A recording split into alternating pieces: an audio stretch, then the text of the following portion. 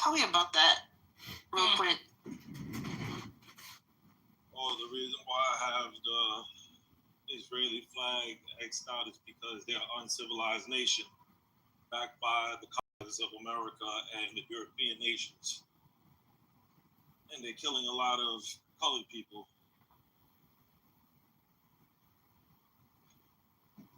He's right. I mean, as far as Israel, who's running all that, that's the Ashkenazi Jews, from Europe, the European Jews. And they're the ones that did away with Yeshua the Messiah. And people, are so quick to be like, oh, Israel and all this, that, and I love Jerusalem.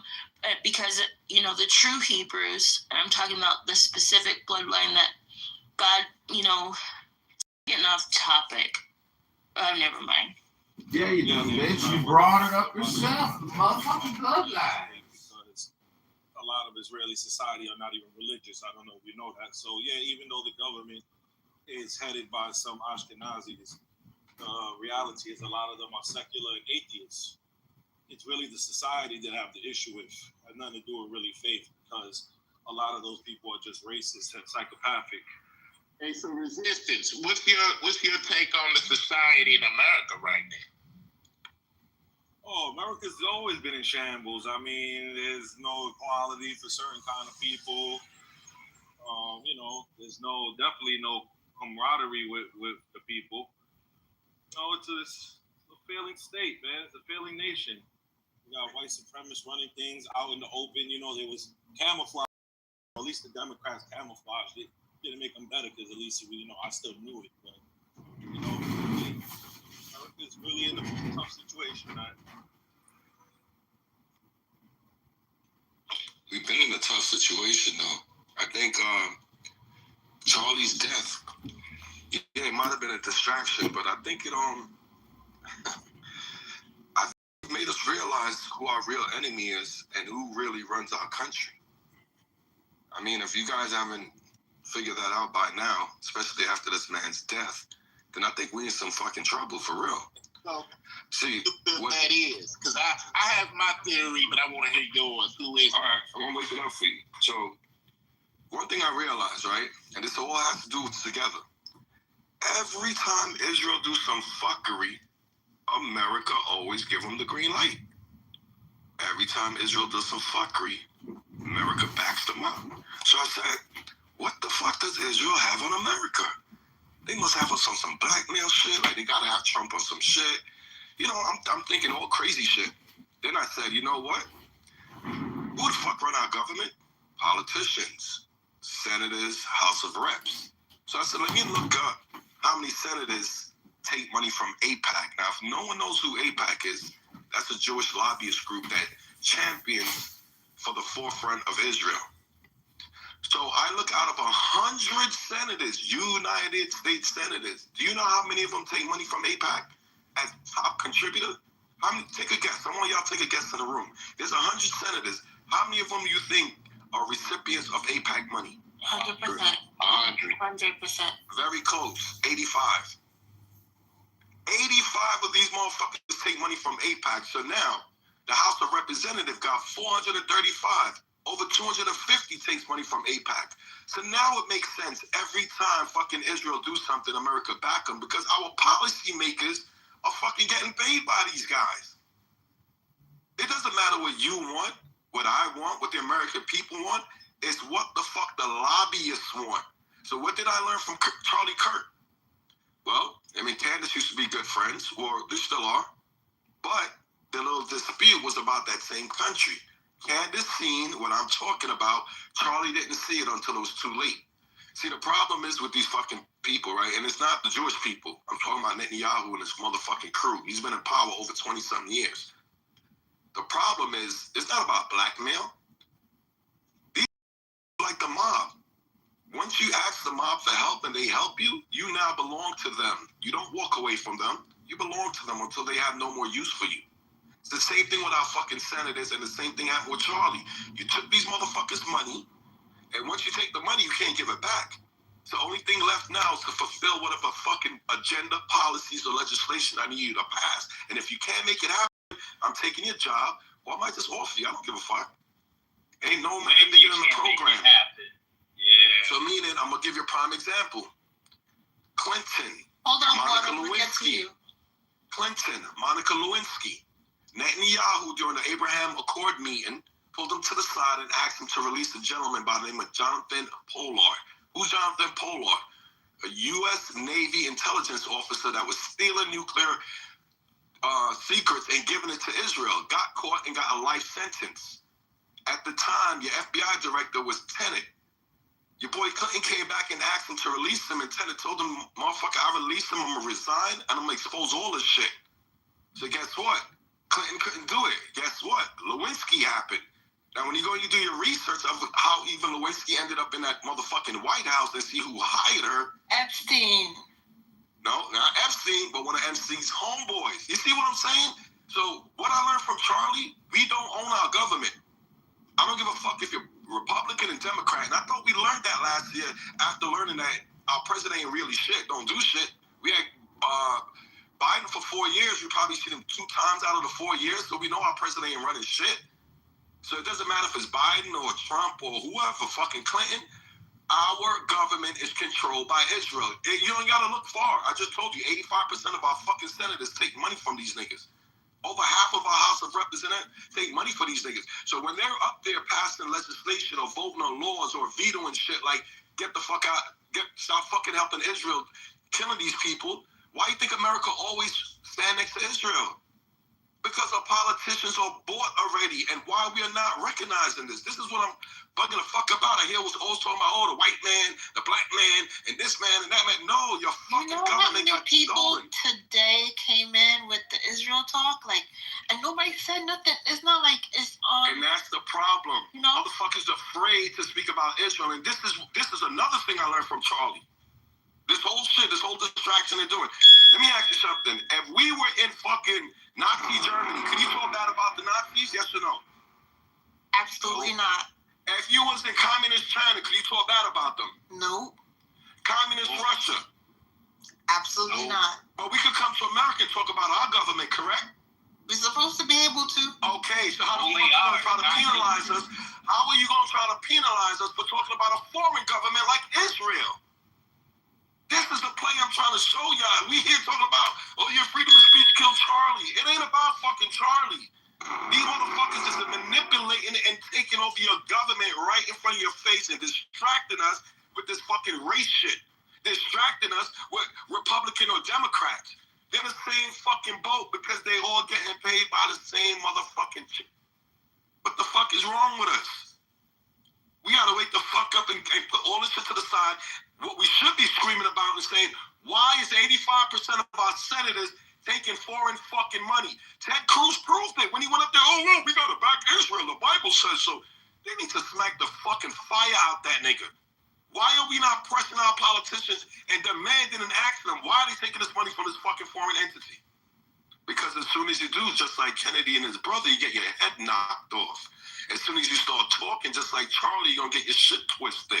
So is that what it is? These motherfuckers got us in fear? Let me know, bro. Because I'm a little bit confused. Yo. That's why that woman the Jewish woman was online and she was like, the problem is the YNs. And I was like, what? Oh, I'm glad you said that. Because nobody believed me when I said that. See, that wasn't even supposed to come out. These motherfuckers said the future to Israel, young black American males. They said this 6 months ago. All of a sudden now, Trump want to put National Guards in where the majority of young black males are. And we motherfuckers talking about, these YNs out here wailing. Yeah, we need to curb it. I said, do you niggas know American fucking history? Prohibition was more violent than it is today. The crack pandemic was more violent than it is today. National Guards never came out. You know when the National Guards came out? During the Civil Rights Movement. What the fuck are we doing, bro? Are we this naive and gullible that we're going to fall for the fucking banana and tailpipe again? Come on, people. Yeah, Yeah, Wake the fuck up. Them young niggas, they already know that them young niggas, they don't give a fuck about the system. Like, they don't care about the system that was put in place and none of that shit. So if it was any time to revolt and anybody would do it, it would be them because they don't fear it, nor do they give a fuck about the consequences. And these people know that shit. So what they do is they tend to make it seem like, even though them niggas is hell on wheels, it's almost like getting us to go against them when they goddamn really the only motherfucker they gonna stand up and actually take action. Because niggas, we don't do nothing but sit around and talk about it, especially niggas in their 30s and 40s. Like, niggas ain't really trying to get out there and got kids and all type of shit. Them young niggas ain't got shit to lose, and the white folk know it. That's a fact, bro. And this is the shit that I'm telling people. The reason why they look at the young black male as Israel's future fucking threat, because they already know they're gonna dominate and take over our country. Only one they gotta pass is a white Protestant, and this is what they're doing right now. This is what they're doing right now. I hear people sit back and say, yeah, let these crackers fight each other. Okay, but what are these crackers you was fighting for over 400 years? This other cracker you don't know nothing about. And if this other cracker takes over your government, because the fight that's happening is not bombs and shit being dropped. The fight that's being fought is the internal battlefield fucking government that we are losing. Once they take control of our government, you think shit gonna be easier for you? You think they're gonna be like, yeah, you know what? These guys been treating you guys bad for 400 years. We gonna make it better now. No, these are the same motherfuckers that come in our neighborhood, buy up our property, and do the shit the fuck they do. You understand what I'm saying? And then he come, and you gotta watch the play, bro. Before they did this whole shit with the National Guard, they came out with the black fatigue shit to get our minds in the right place and understand this is what we want you to think as far as the agenda. These niggas been pulling a Trojan horse game on us forever. They come under one flag with their real intentions is something else. But they're gonna sell it to you. Yeah, we need a National Guard because these YNs is acting up, right? Yeah, send them. Now they're there. Now we're gonna really implement what it is. These young niggas is all you niggas. Because Israel realized that we've been such a resistance against these motherfuckers so long that if they do take control, we are gonna be the problem. And that's what I was telling somebody. At the end of the day, America's last stance is us niggas. Yeah, believe that shit. It's us niggas. So if we stop and we don't get the fuck out of this white thing versus black thing, and I'm not saying that's not an issue, but where we at now, this issue super exceeds what the fuck is happening. I just told y'all the statistics of your politicians. These are the niggas that make your legislations, your policy, and also determines your tax. Why do you think tax keep coming up? Because we funding these motherfuckers, and why do we keep funding them? The American people keep saying, why the fuck are we supporting Israel? And I've always said this, if you really want to know who your true president is going to be, it's the nigga that comes in and say, yo, Israel got to get the fuck up out of here. But ain't none of them going to ever say that. Nah, like on some real shit, Trump was on that until whoever is the big dog made the call, because he was trying to drain the swamp. And you're right. The shit that Buddy was doing, and then as soon as whoever the fuck called or made some call down there got a bigger hand than him, that nigga changed the motherfucker tune like the following week. And it's like, God damn, fuck with them niggas. You don't think his mind changed after that bullet passed his face? This is what I'm telling people. Oh, you talking about Israel? Yeah, this is what I'm saying. He realized that nigga realized. Hey, boy, this shit deeper than what I thought. Thank you, brother. And that's what I said. And you know how I got that proof? Think about this, Ink. You running for president. Niggas just try to kill you the same way they killed Trump. You find out your fucking Secret Service was compromised. When you become president, you're going to leave it alone, Ink? You ain't going to look into it? Right. Hey, look, check this out. I haven't heard Trump make one message about niggas trying to knock his head off. Well, he never, Trump to be that powerful. At all, actually, on Israel. That's actually wrong. He's always supported Israel, and even when his first term, he illegally gave Jerusalem as the capital of Israel. That's a fact. Which is occupied territory. That was illegal. He helped almost recognize illegal settlements in the West Bank. So Trump has never done anything. That's a fact. No, he never went against Israel. Let that man finish. Yeah, no, you gotta say he changed. He was singing a different tune. No, what he was actually doing during his campaign was lying and manipulating what all candidates do in terms of stopping wars and funding other nations with American tax dollars. But as we see, he actually didn't do anything. Even from the beginning, he was giving more money, more aid, more weapons to not only Ukraine but also Israel. Nothing ever happened. He exceeded it. No, And then he came out, and then that's when he came out with the propaganda that America is going to take Gaza and make it theirs. So again, this is what I'm saying. Your language. This is what I'm saying. Change. Trump never said he was going against Israel. The problem with Trump is the same problem they would have had with fucking Charlie Kirk in the future. He wasn't controllable. Until that shot passed his fucking face was when he realized, okay, listen, ain't nobody going to sit in that big chair in the White House if Israel do not put you there. That's number one. This is what the Electoral College is about. I just told you, between the senators and the House of Representatives, who the fuck controls them. So it doesn't matter if our votes say, yeah, we want this one. If that doesn't go to the agenda, we go to electoral votes. So again, Israel even controls that. Nobody sits in that fucking White House since Kennedy if Israel has not approved of it. Okay, now y'all might say I'm bugging the fuck out. Prove me wrong. Okay, so that's one. What the problem with Trump is the same problem that happened with Charlie. Charlie was the future president of the white conservative. If you guys don't want to believe me, I don't give a fuck. Vance would probably get next year because I see no other candidate stepping out yet. And after Vance, that would have been Charlie's qualification over the age of 35 to make him president. He would have been the next fucking champion. This is why Israel was on his dick so hard, because now we don't just have to do what we do to have the president. He's coming in here already riding with us. But when he started speaking up against certain things, he became compromised. You understand what I'm saying? It's the same thing with Trump. Trump is with them, but Trump is trying to step over that boundary like he really runs shit. That right there was to let Trump know you're going to win the election, but we run shit. Even when all of this was breaking, when he dropped the bomb on Iran and all, Charlie went to him and said, yo, Trump, what are you doing, bro? You know what Trump replied to him was? Leave it alone. That sounds like something somebody told him when he was trying to look into certain shit. Hey, Soki, let me say this. Hey, Soki, I agree with you, bro. Like, hold on, let me say one quick thing, too. I agree with you, bro. Like, I don't fuck with Charlie Kirk as a person, some of the beliefs he has, but I agree with you on that, man. That is why he more than likely unalive. Hey, look, check this out, y'all. Like, and I know like shit be going on, but we in the age of information today. And you got a lot of young motherfucking kids and grown-ups who are internet investigators, and these people do a job at what they do. It's almost seeming like this whole Charlie Kirk thing wasn't even really a thing. It's something was staged and set up this way for it to look like this man got assassinated. And the more and more shit that comes out on a day-to-day basis of these people dissecting these fucking videos, and even me, I build weapons. The gun that they say that man got shot with, he should not have a head. Like, you shoot fucking moose and elephant with that type of gun. So the idea that bullet went in.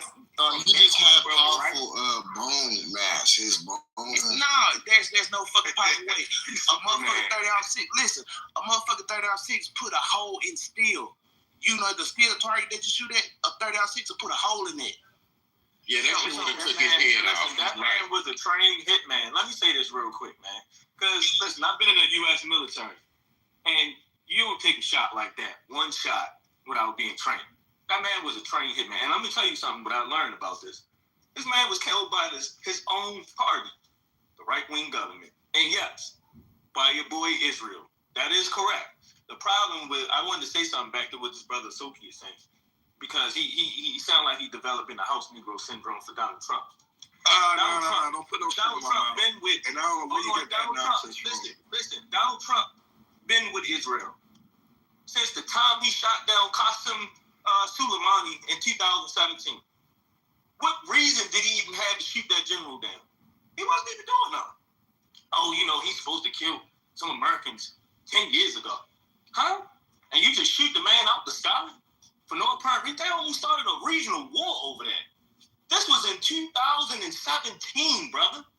I live and breathe politics. So when people come out there and make it seem like Donald Trump wasn't bought and paid for, he was bought and paid for. The first time he got out there, he was bought and paid for now. So he's going to be bought and paid for.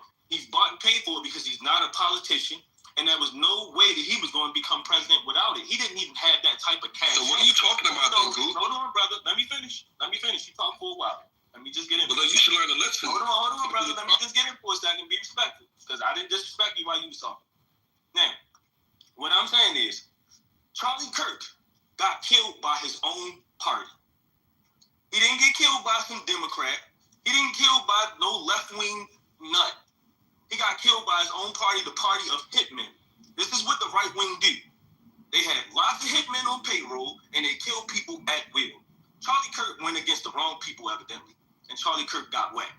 That has nothing to do with us at all, right? Now, let's keep it clear. When you talk about why Charlie Kirk died, right, and what this means for the U.S., right, people are using his death as propaganda, right? But people behind the scenes know that Israel was behind that death. But they're not going to say nothing. Same way they're not going to say nothing about what's going on in Gaza, right? It's the same thing. So Donald Trump himself is basically implicit in all of this. Okay, so He you ain't said that going to say already. nothing. All right, He ain't you gonna said do that already. So let me respond to what you're saying. So first of all, you're talking about I'm some coon. Nigga, you don't know me. I didn't You call need to you learn cool. whatever the word you use. No, First you of all, I trying said it to, already. hold on. Yeah, you trying to Obviously, say house, you're not nigga, listening. all that. Hey, hold on. Listen, Soki been in this. Soki ain't none of that, dog. You gotta listen to him, bro. He ain't said none of that. Go ahead, son. Noble. You know what it is? This is the problem that I realized, right? People listen to listen. They don't listen to comprehend and understand what they're hearing. So this brother sit here talking about Trump being sold out. The first thing I said, if you listen, nobody sits in that fucking office without Israel approval. Did you hear that, brother? I say it again. I heard you when you said that. Since Kennedy, be quiet, just listen. Since Kennedy, nobody sits in that fucking office without Israel approval.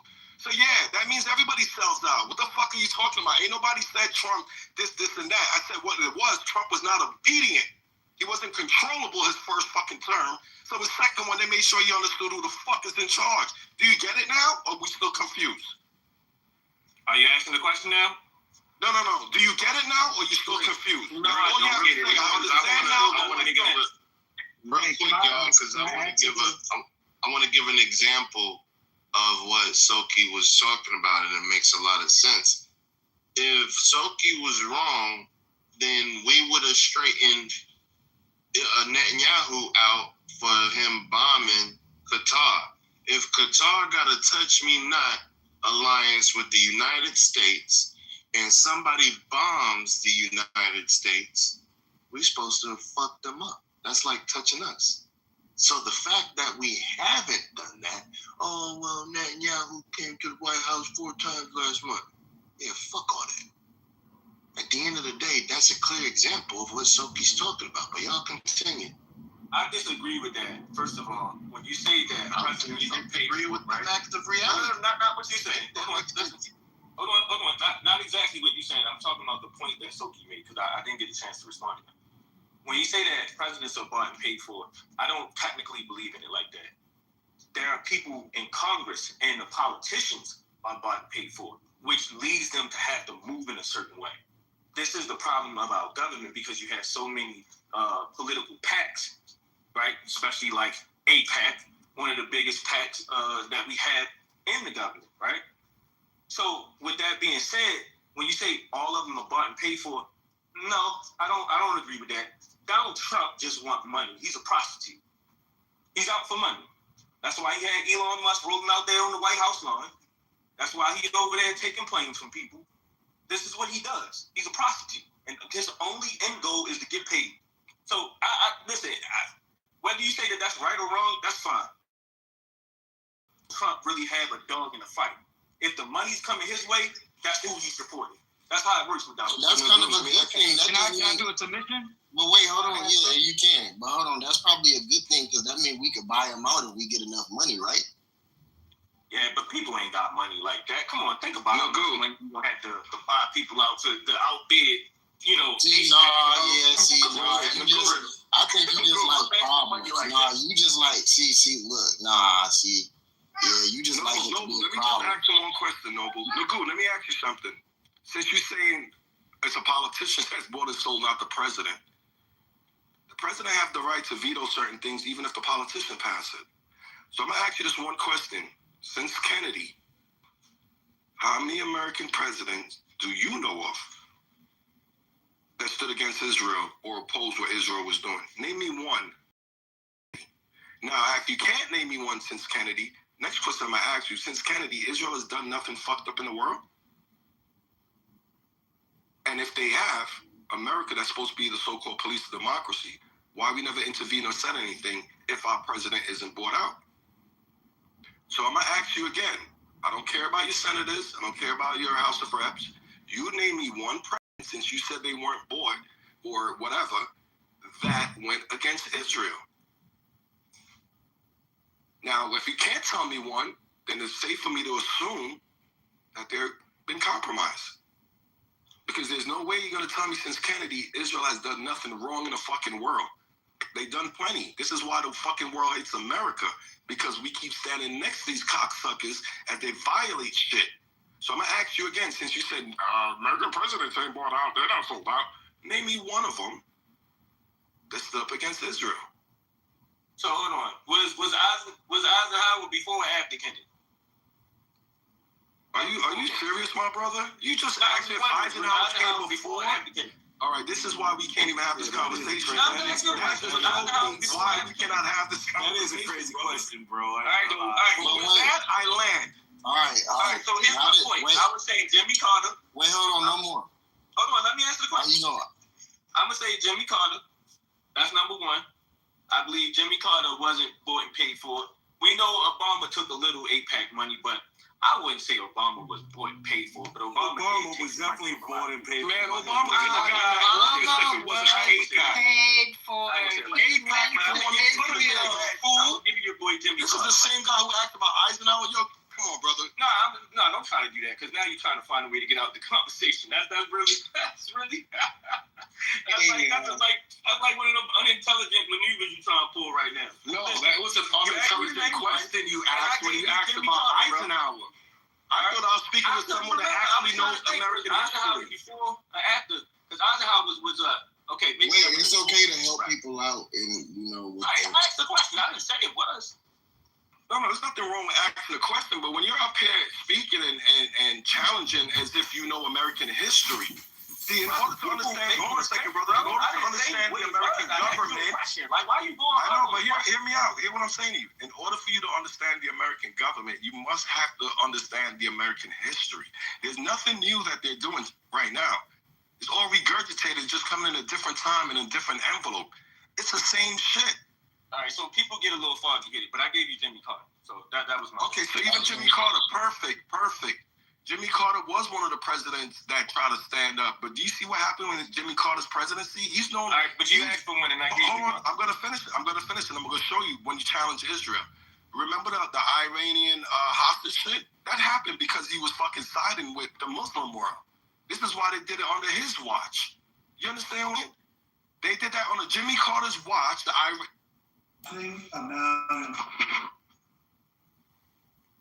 have to say, I look at London, where you have a terrible mayor, terrible mayor, and it's been so changed. Now they want to go to Sharia law, but you're in a different country. You can't do that. Both the immigration and their suicidal energy ideas will be the death of Western Europe if something is not done immediately. This cannot be sustained. What makes the world so beautiful is that each country is unique.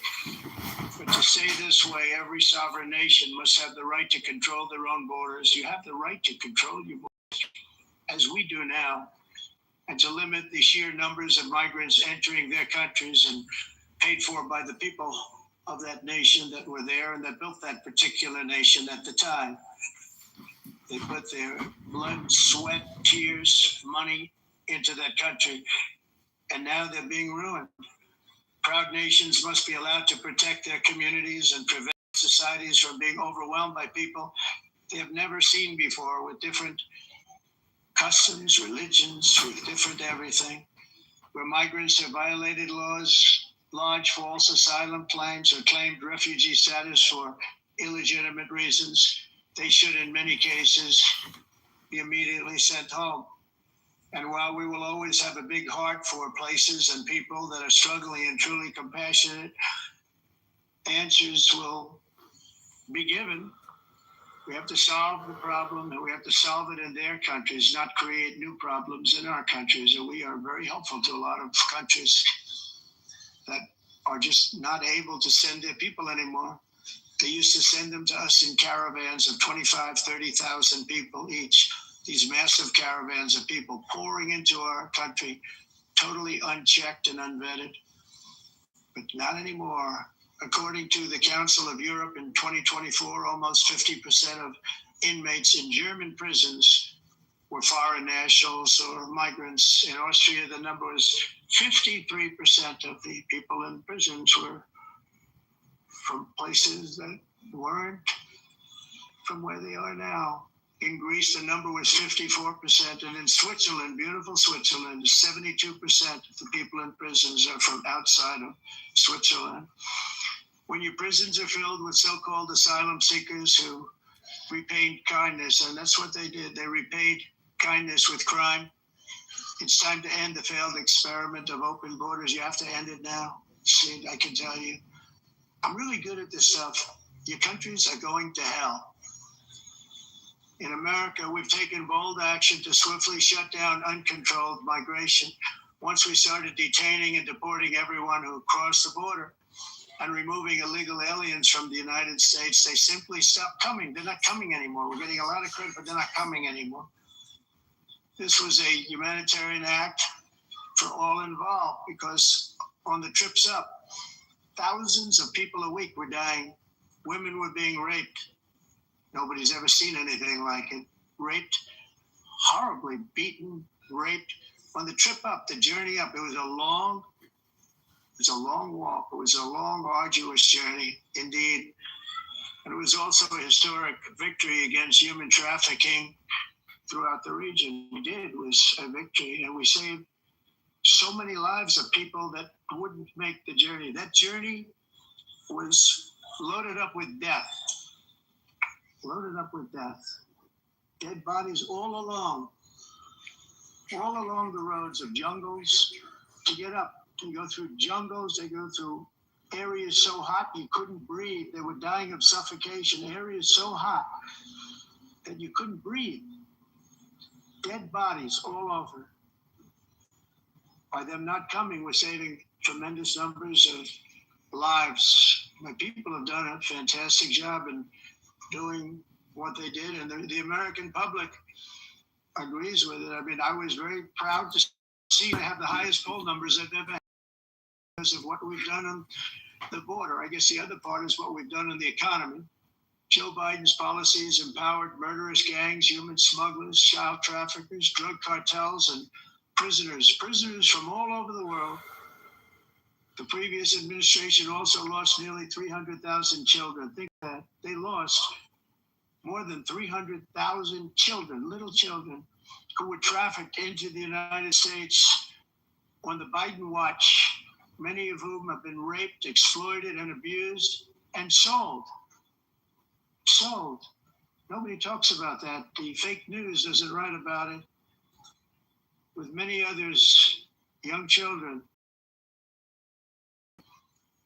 And we found a lot of these children, and we're sending them back, and we've been sending them back to their parents. They said, nobody knows who they are. They said, where do you come from? And they'll give us a country, and we'll find out, and we'll figure it out, and we'll bring them back to their homes.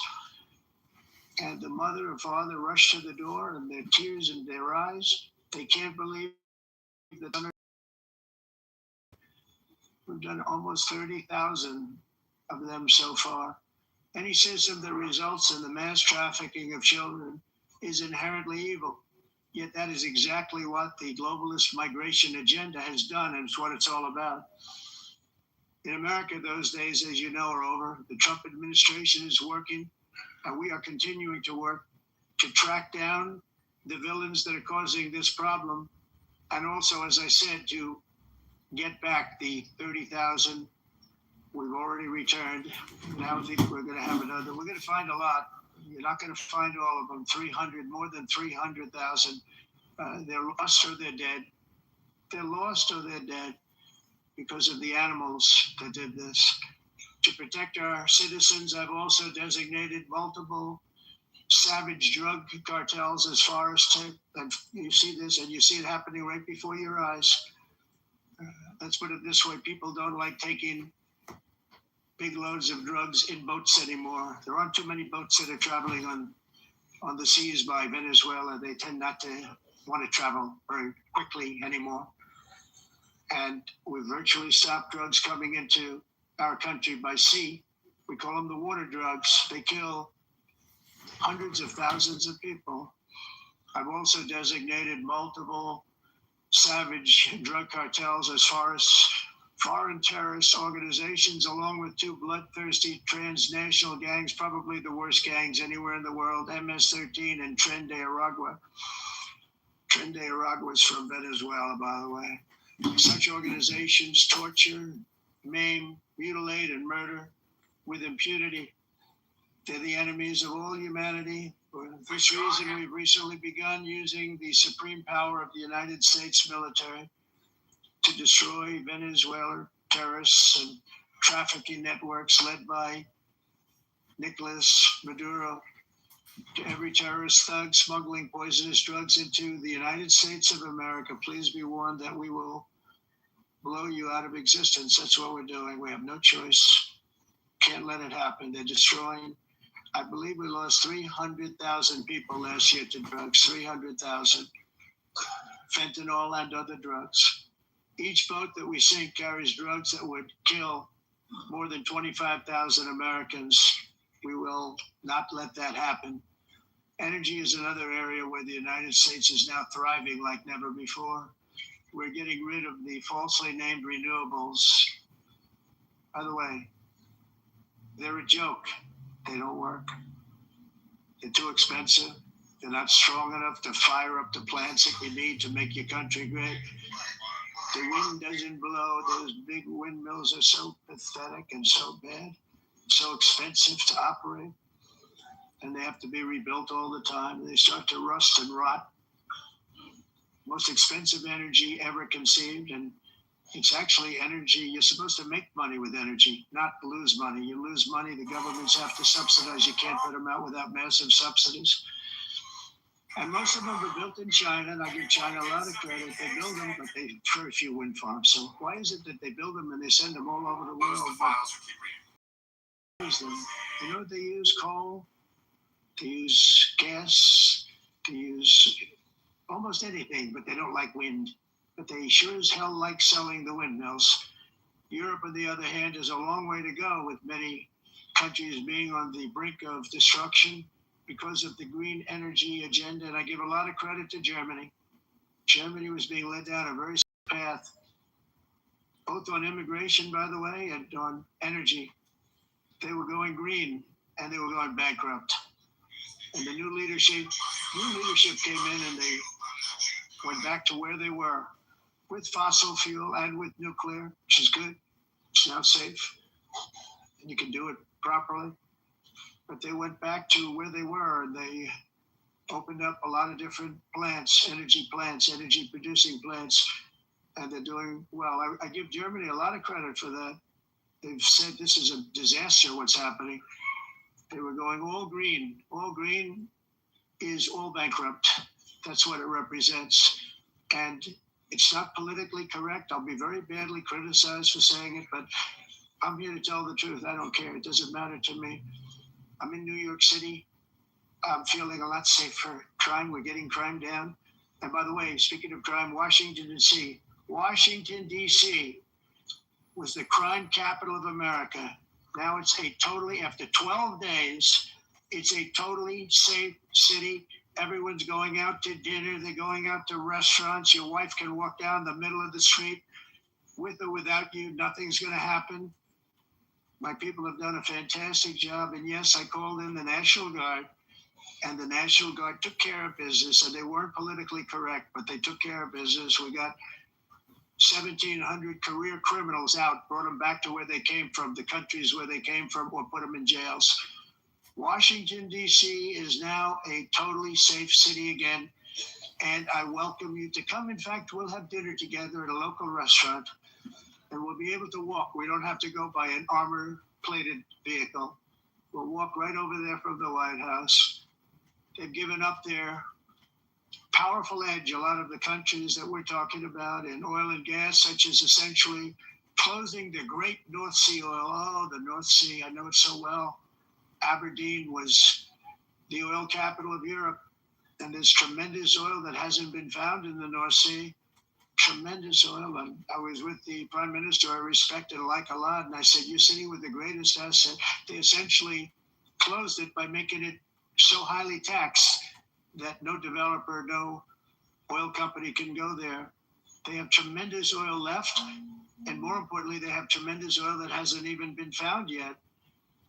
And what a tremendous asset for the United Kingdom. And I hope the Prime Minister is listening, because I told it to him 3 days in a row. That's all he heard. North Sea, because I want to see them do well. I want to stop seeing them ruining that beautiful Scottish and English countryside with windmills and massive solar panels that go 7 miles by 7 miles, taking away farmland. But we're not letting this happen in America. In 1982, the executive director of the United Nations Environmental Program predicted that by the year 2000, climate change would cause a global catastrophe. He said that it will be irreversible, as any nuclear holocaust would be. This is what they said at the United Nations. What happened? Here we are. Another UN official stated in 1989 that within a decade, entire nations could be wiped off the map by global warming happening. You know, it used to be global cooling. If you look back years ago in the 1920s and the 1930s, they said global cooling will kill the world. We have to do something.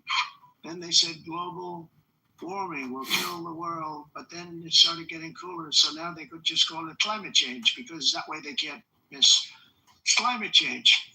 Because if it goes higher or lower, whatever the hell happens, there's climate change. It's the greatest con job ever perpetrated on the world, in my opinion. Climate change, no matter what happens, you're involved in that. No more global warming, no more global cooling. All of these predictions made by the United Nations and many others, often for bad reasons, were wrong. They were made by stupid people that have cost their countries fortunes and given those same countries no chance for success. If you don't get away from this green scam, your country is going to fail. And I'm really good at predicting things, you know. They actually said during the campaign, they had a hat, the best-selling hat. Trump was right about everything. And I don't say that in a braggadocious way, but it's true. I've been right about everything. And I'm telling you that if you don't get away from the green energy scam, your country is going to fail. And if you don't stop people that you've never seen before, that you have nothing in common with, your country is going to fail.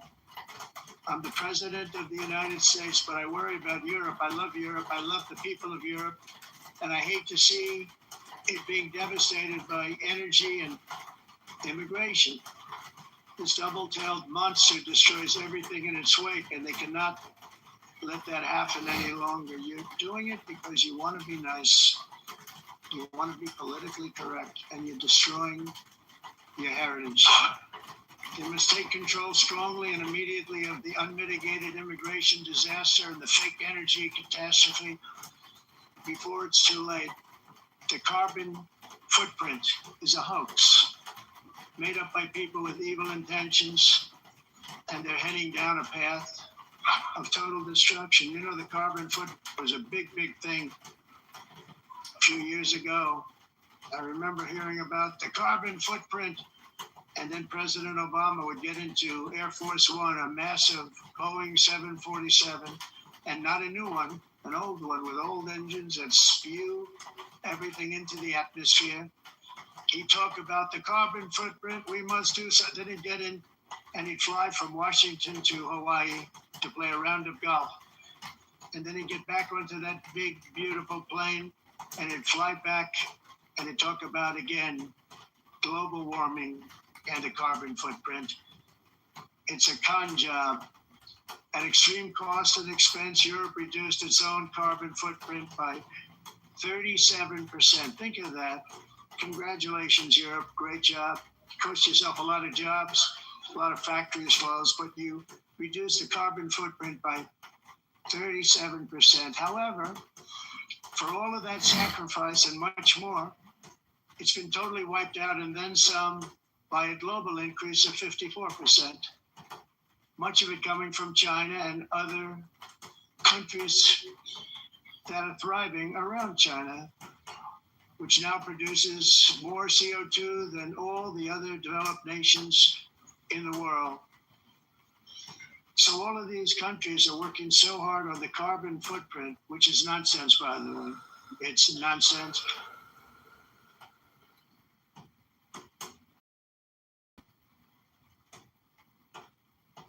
That's right.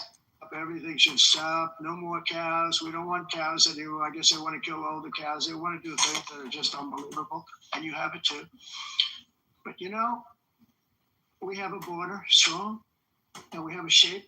They eat the dogs. And that shape doesn't just go straight up. That shape is amorphous when it comes to the atmosphere. And if we had the most clean air, and I think we do, we have very clean air. We have the cleanest air we've had in many, many years. But the problem is that other countries, like China, which has air that's a little bit rough, it blows. And no matter what you're doing down here, the air up here tends to get very dirty because it comes in from other countries where their air isn't so clean. And the environmentalists refuse to acknowledge that. Same thing with garbage. In Asia, they dump much of their garbage right into the ocean. And over about a 1 week and 2 week journey, it flows right past Los Angeles. You've seen it. Massive amounts of garbage, almost too much to do anything about, flowing past Los Angeles, past San Francisco. And then somebody will get in trouble because he dropped a cigarette on the beach. The whole thing is crazy. The primary effect of these brutal green energy policies has not been to help the environment, but to redistribute manufacturing and industrial activity from developed countries that follow the insane rules that are put down to polluting countries that break the rules and are making a fortune. They're making a fortune. European electricity bills are now 4 to 5 times more expensive than those in China, and 2 to 3 times higher than the United States. And our bills are coming way down. You probably see that our gasoline prices are way down. You know, we have an expression, drill. Nós reduzimos os custos de energia porque nós faremos como expressão, vamos fazer tudo isso, reduzir os custos de energia e os custos diminuíram nos Estados Unidos. Common to see one. Por exemplo, se você olhar Nos os países em approximately faturas de energia, 100 heat-related deaths. não mas nós nos Estados Unidos conseguimos usar eles e evitar aumento da temperatura. Like it's talking, like it's Lindsey Trump, but someone. Okay, I'm packing it in then. Por isso, All right. The asking industrialized nation. esse agenda mundialista não tem nenhum sentido. 2030. Russia was given an old standard that was easy to meet, 1990 standard. But for the United States, we're supposed to pay like $1 trillion. And I said, this is another scam. The fact is, the United States has been taken advantage of by the world for many, many years, but not any longer, as you probably noticed. I unleashed massive energy production and signed historic executive orders to hunt for oil, but we don't have to do much hunting because we have the most oil of any nation anywhere, oil and gas in the world. And if you add coal, we have the most of any nation in the world. Clean, I call it clean, beautiful coal. You can do things today with coal that you couldn't have done 10 years ago, 15 years. So I have a little standing order in the White House. Never use the word coal, only use the words clean, beautiful. Doesn't it? But we stand ready to provide any country with abundant, affordable energy supplies if you need them, when most of you do. We're proudly exporting energy all over the world. We're now the largest exporter. In the United States, we want trade and robust commerce with all nations, everybody. We want to help nations. We're going to help nations. But it must also be fair and reciprocal. The challenge with trade is much the same with climate. The countries that followed the rules, all the countries have been plundered. It's really sad to watch. They've been broken. They've been broken by countries that broke the rules. That's why the United States is now applying tariffs to other countries, and much as these tariffs were for many years applied to us, uncontrollably applied to us, we've used tariffs as a defense mechanism under the Trump administration, including my first term, where hundreds of billions of dollars in tariffs were taken in. And by the way, we had the lowest inflation, and now we have very low inflation. The only thing different is that we have hundreds of billions of dollars flowing into our country. But this is how we will ensure that the system works for everyone and is sustainable into the future. We're also using tariffs to defend our sovereignty and security throughout the world, including against nations that have taken advantage of former U.S. administrations for decades, including the most corrupt, incompetent administration in history, the sleepy Joe Biden administration. Brazil now faces major tariffs in response to its unprecedented efforts to interfere in the rights and freedoms of our American citizens and others, with censorship, repression, weaponization, judicial corruption, and targeting of political critics in the United States. I have a little problem saying this because I must tell you, I was walking in and the leader of Brazil was walking out. We saw him and I saw him, he saw me, and we embraced. And then I'm saying, can you believe I'm going to be saying this in just 2 minutes? But we actually agreed that we would meet next week. We didn't have much time to talk, like about 20 seconds. They were in retrospect, I'm glad I waited because this thing didn't work out too well. But we did talk. We had a good talk, and we agreed to meet next week, if that's of interest. But he seemed like a very nice man, actually. He liked me, I liked him. But if you, and I only do business with people I like. When I don't like them, I don't like them. But we had, at least for about 39 seconds, we had excellent chemistry. It's a good sign. But also in the past, Brazil, can you believe this, unfairly tariffed our nation, but now because of our tariffs, we are hitting them back, and we're hitting them back very hard. As president, I will always defend our national sovereignty and the rights of American citizens. So I'm very sorry to say this. Brazil is doing poorly and will continue to do poorly. They can only do well when they're working with us. Without us, they will fail just as others have failed. It's true. Next year, the United States will celebrate the 250th anniversary of our glorious independence, a testament to enduring power and American freedom and spirit. We will also be proudly hosting the 2026 FIFA World Cup, and shortly thereafter, the 2020. Very exciting. I hope you all come.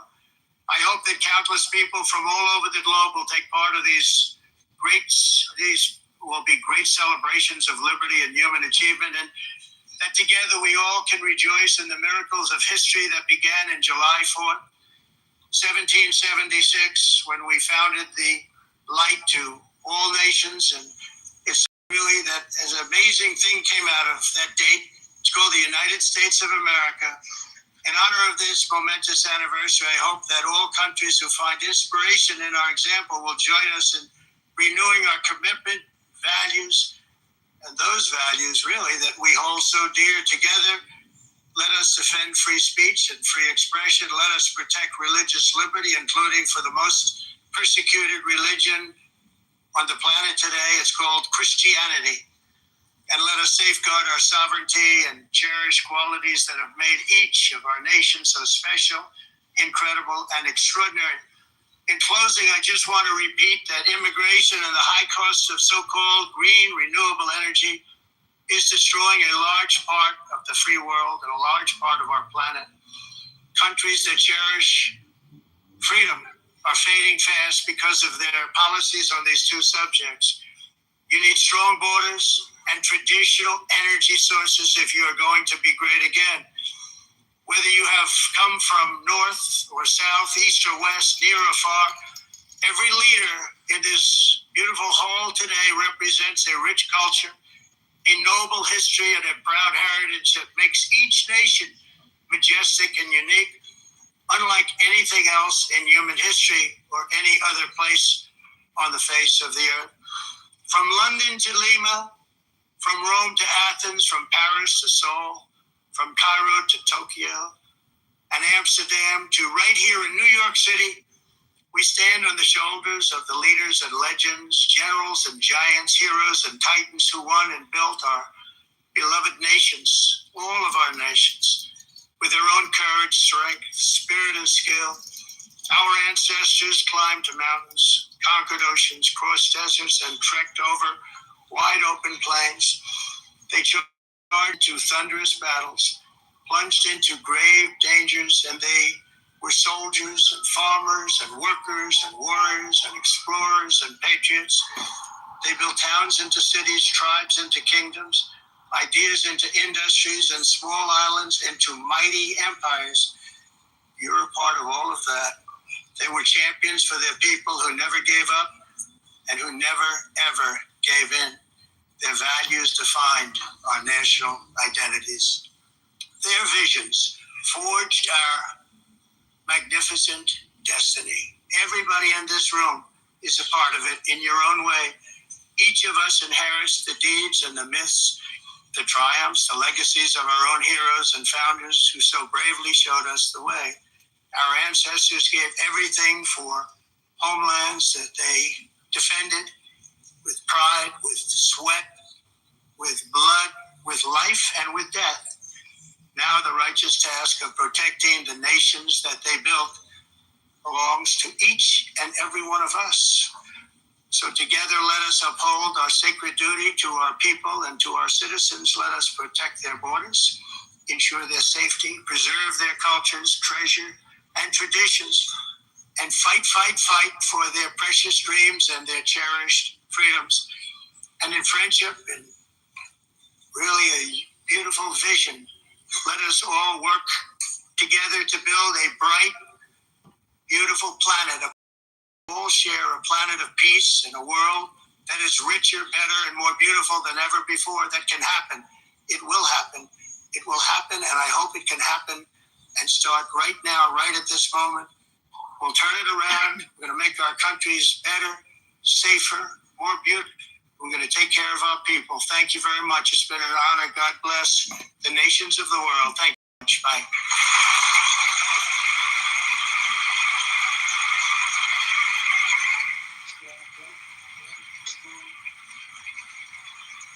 That's right, that's right, that's right. On behalf of the Assembly, I wish to thank the President of the United States.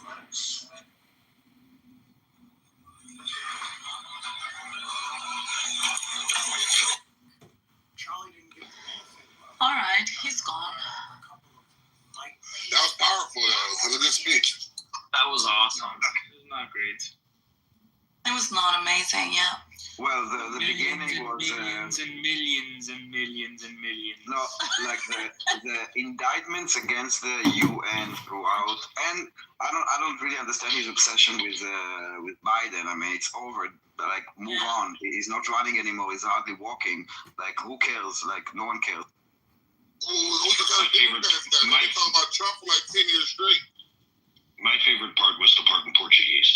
But I think he's pissed off. Brandon was a big part of Trump's campaign. I think he's pissed off about the UN because they decided to move their headquarters out of New York and into Kenya.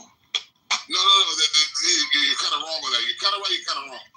They're not moving the headquarters for the UN to Kenya. They're moving like a women's branch to Kenya. It's like women's rights or some shit. A part of the branch Kenya, but the UN's been staying right there in New York.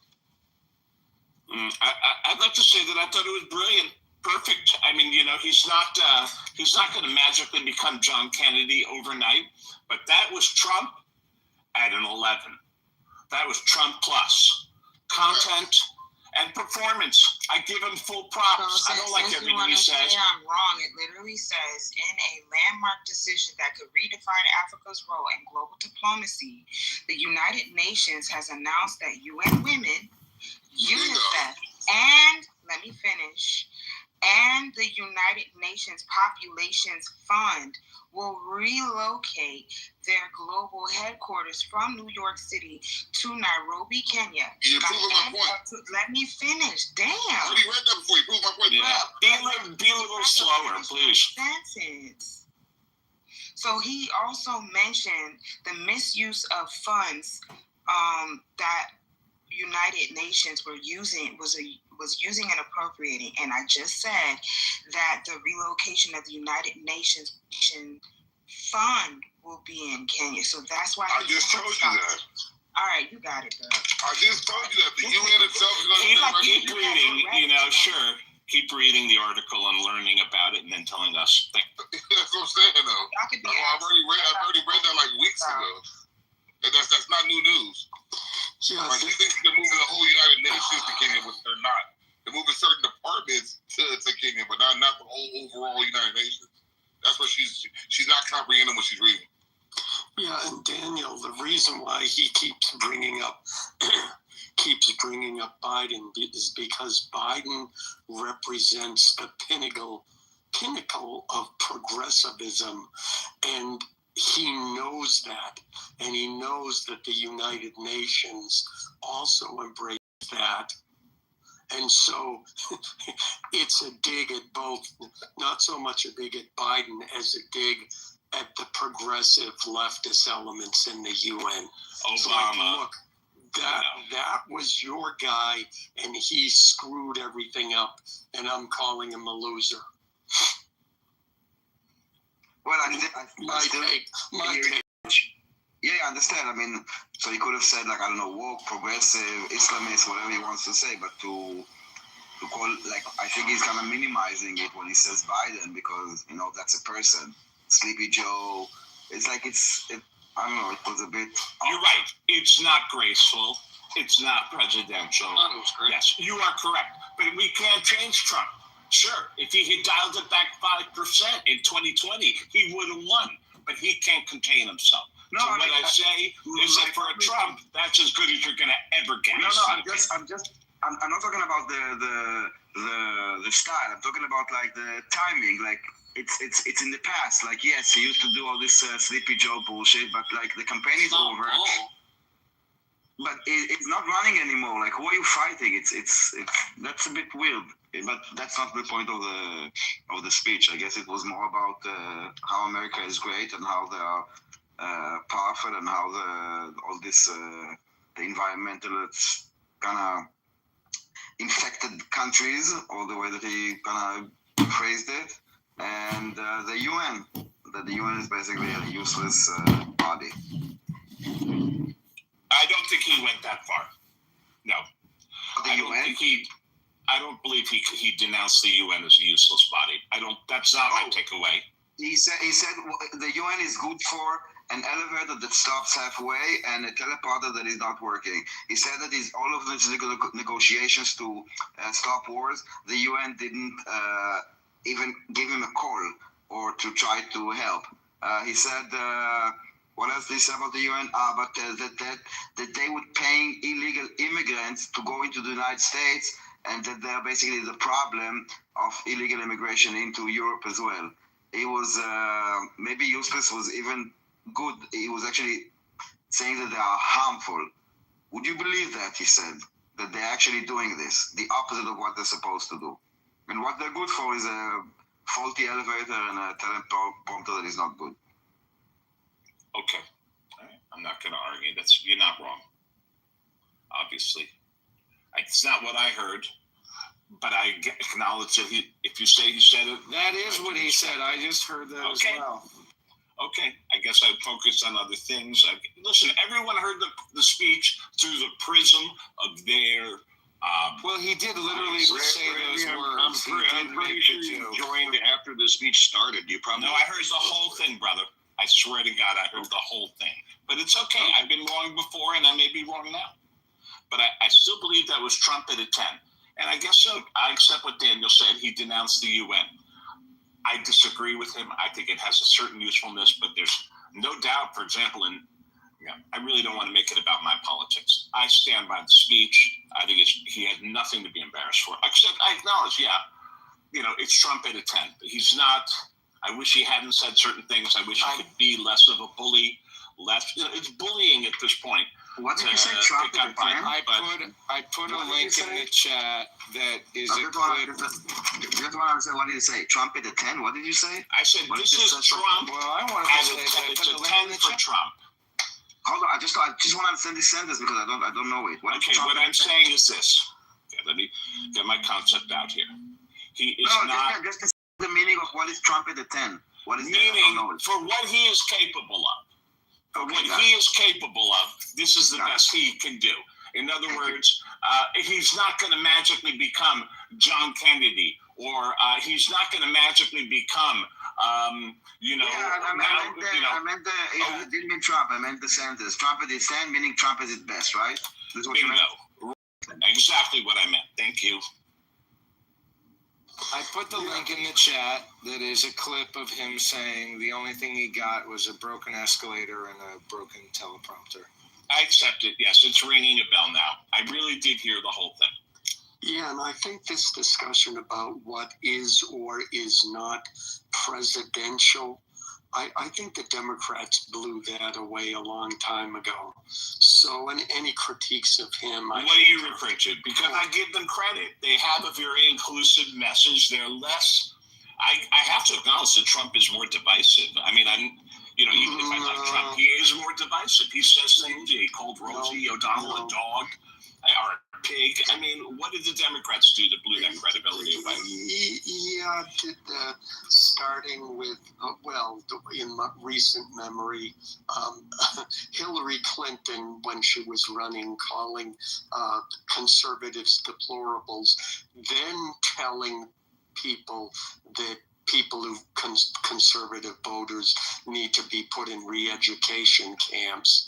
The fact that Biden continually attacked conservatives, the fact that progressives continually call conservatives bad people, that they're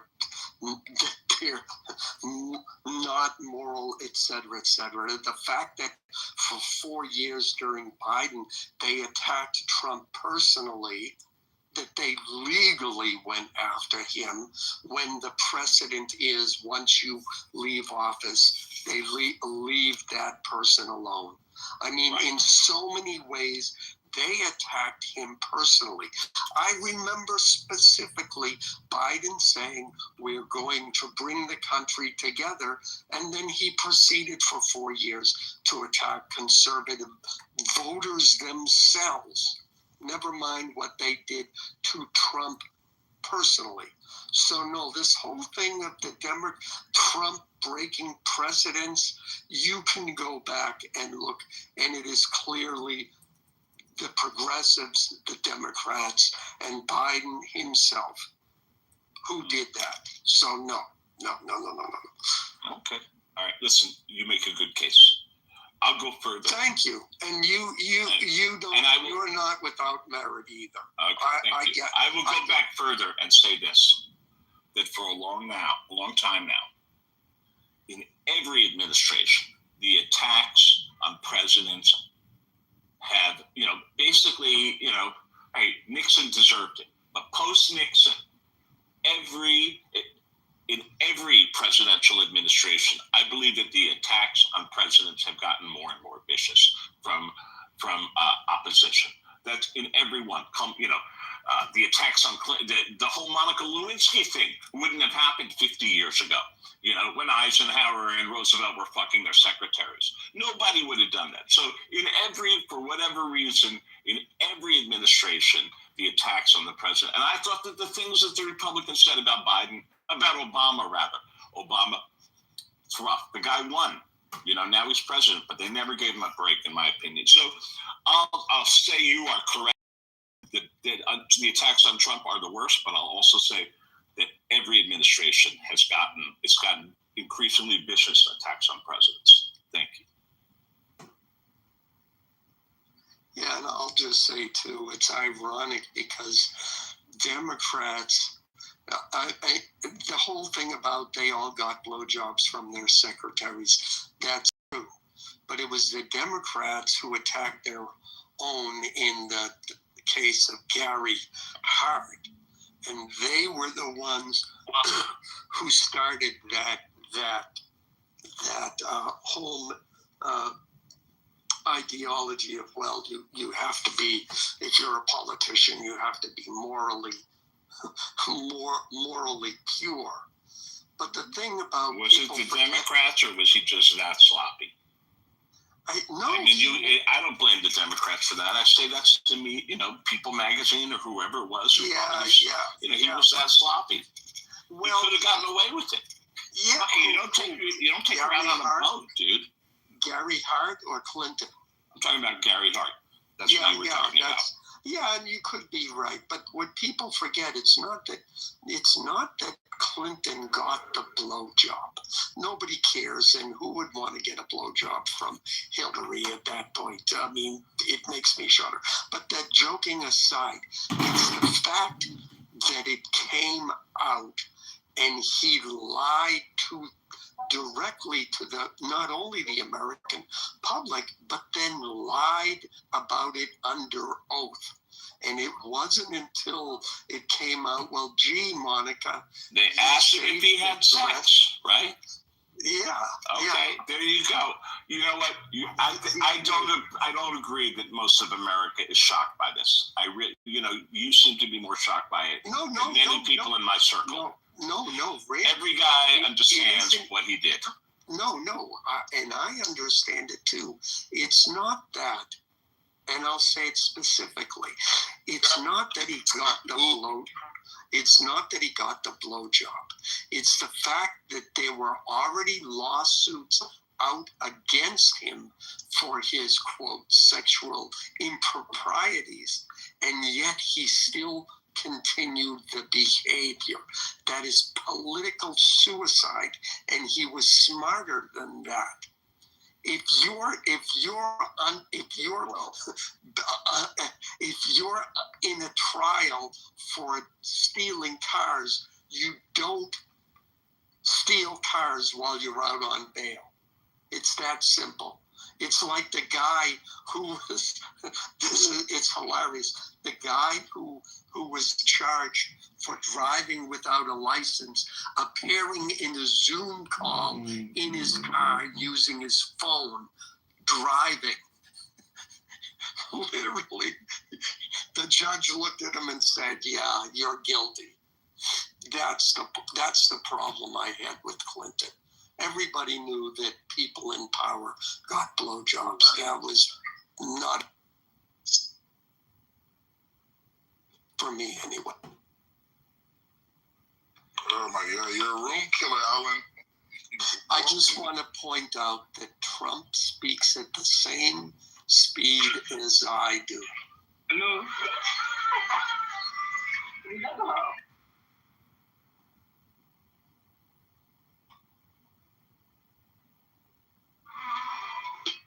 Hello. Hello, David. What's going on, brother? Can you talk to me? It's David. She's my life song too.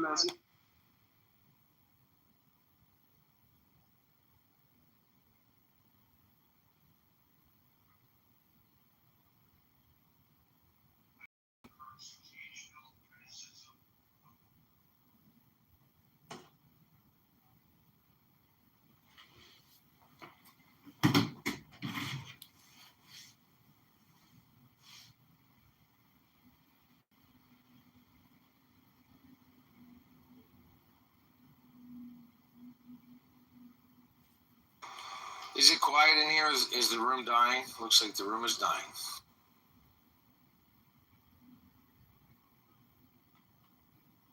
I blame Trump.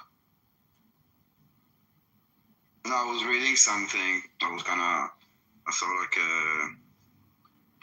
a news, but I wanted to fact check it first, so I'm still fact checking it. No, just say it with reckless abandon.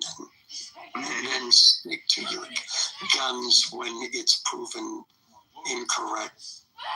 No, it's an accusation of the French consulate in East Jerusalem for working with PFLP and Hamas.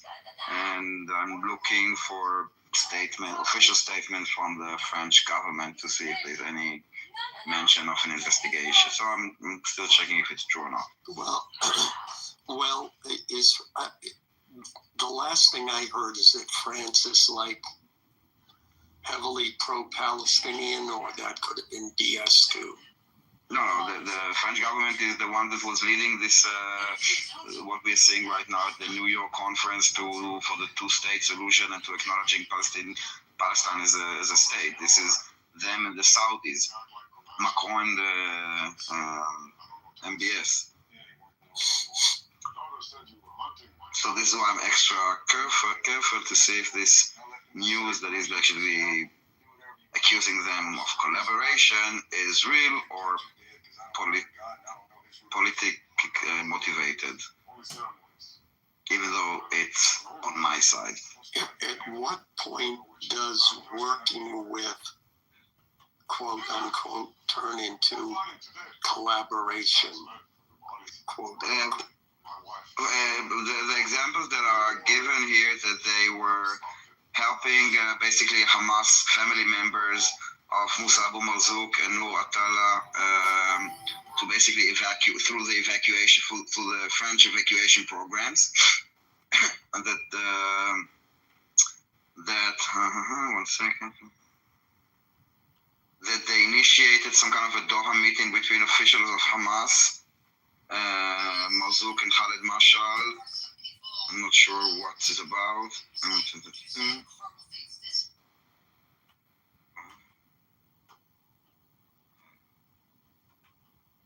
They created some kind of a program in the consulate with the PFLP, which is a terrorist organization.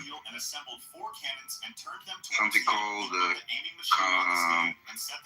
Al Bustan Center. And there are like other points. So basically got all kinds of ties of the French consulate in East Jerusalem with different factions of terrorist organizations, which also makes sense because anyone that does anything there is tied to some kind of organization. If it's PFLP, if it's Palestinian Islamic Jihad, if it's Hamas, if it's PFP, whatever, there are like so many. But we should not talk about it because they're a sovereign state now.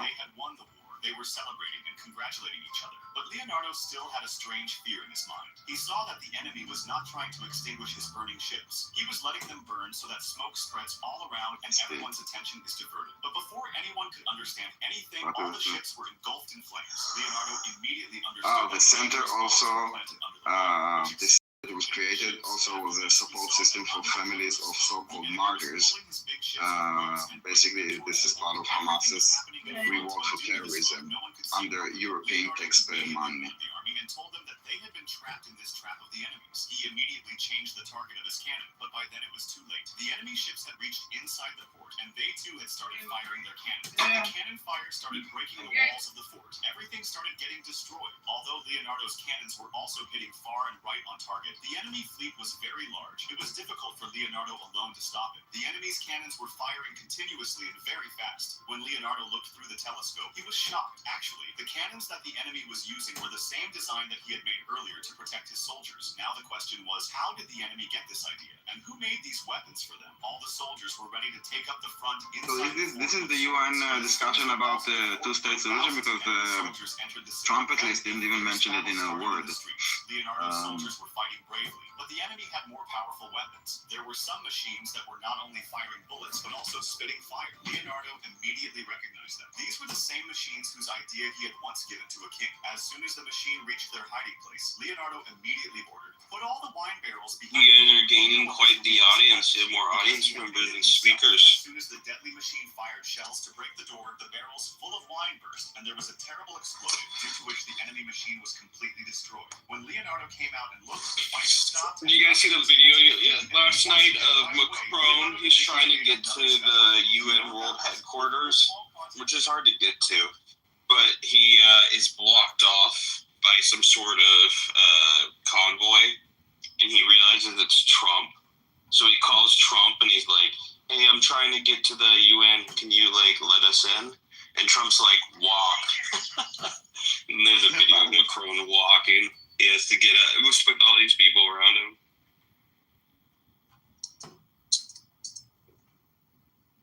That's hilarious. Macron's such a beta.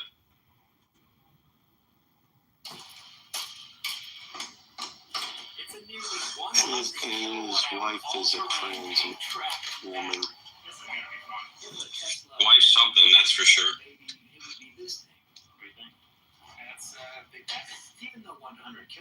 Because what's all that about? I think the first thing Trump judges when he's deciding your character is how hot your wife is.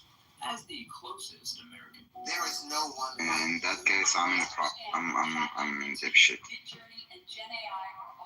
Yeah, you're fucked, Daniel. You never be friends with Trump.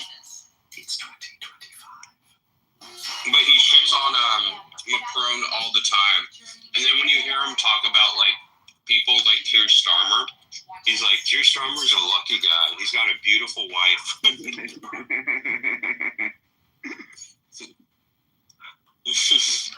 So he hates Macron because of his wife? It doesn't help. It doesn't help, that's for sure. Yeah, he doesn't see him as a man, Macron. He yeah.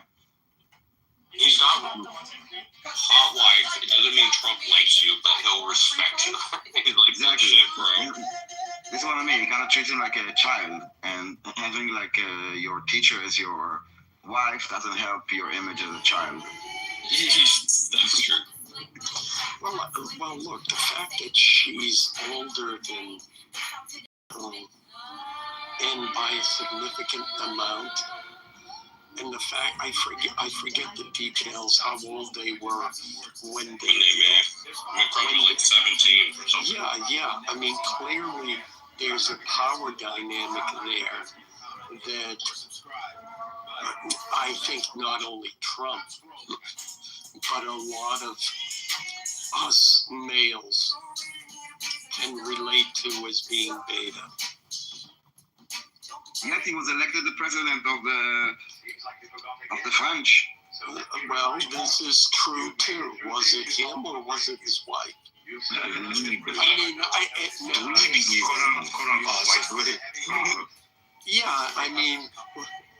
I can say that giving credit to Macron himself, but at the same time, we can also recognize that, was it him or was it the wife pulling the strings? I think that I'm not changing the subject, but it's still a point of Macron, but a different point.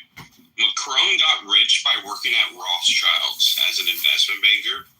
There's something about the fact that he's such a fucking loser, especially when it comes to the Middle East, and he, the way he got his start was working at Rothschild's. Something about that just pisses me off so much. I guess I hate people that use Jewish institutions but support terrorism. I hope Macron gets, kicked out of. This is the other thing. How the fuck do European politics work? They have a prime minister and a president, but Macron's the highest position, right, as a prime minister, but there's also a president that stepped down. Am I wrong? The prime minister deals with international affairs, the president deals with domestic affairs. No, it's different in every country. It's not like a European thing. Some have the president is the head of state. Some have prime minister as the head of state.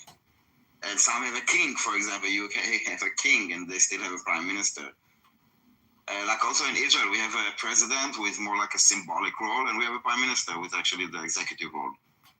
But there's I think Macron is the executive. Executive. But he's the highest position, right? He's the one who decides who's president. Yes. I think, right? Yeah. He is the decision maker. Elle fait la décision. Yeah, his wife is the decision maker. Let's be clear. His quote unquote wife. She's the one that slapped him around. Yeah, well, it's kind of like it's currently until it's settled in court. We should refer to they them. Yes, we haven't seen her private yet. Macron should be he should become a persona non grata, not just in Israel but in America. They should allow him to come to America. They should be like, sorry man, no cucks allowed, and then kick him out. Well, Michael the Cat, the last election in France, I mean, it was Le Pen's party that got the most votes, but they had Macron's party had they gathered together per different sects. And yeah, you know how it works, right? Yeah, it's like coalitions. Yeah, it's like the right gets 35% of the vote, the left gets 30% of the vote or something like that, and Macron's party is in the middle with 20% of the vote, so both sides have to be incentivized. Essentially, Macron gets to choose, right? His party gets to choose who gets power, and in the most recent election, the left, actually, they had fewer than the right, and then the moderates got 20%, so they, did a coalition with the left, but it already broke up because it's if you need 50% or whatever, right? If he did a coalition with the right, probably would have had 60%, coalition with the left, you're at 51%, you know what I mean? Just to avoid doing a coalition with the right, Macron made a really weak coalition with the left. Macron is such a fucking bitch, I hate him.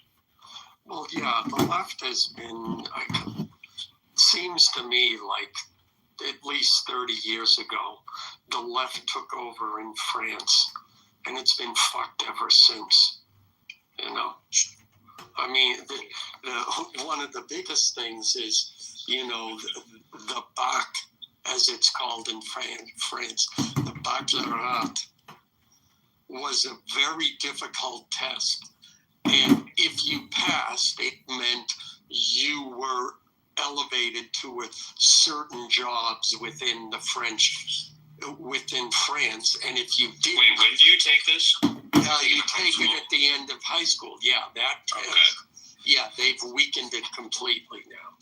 It's not the same as it was because they're trying. Because it's unfair to people. And to me, that is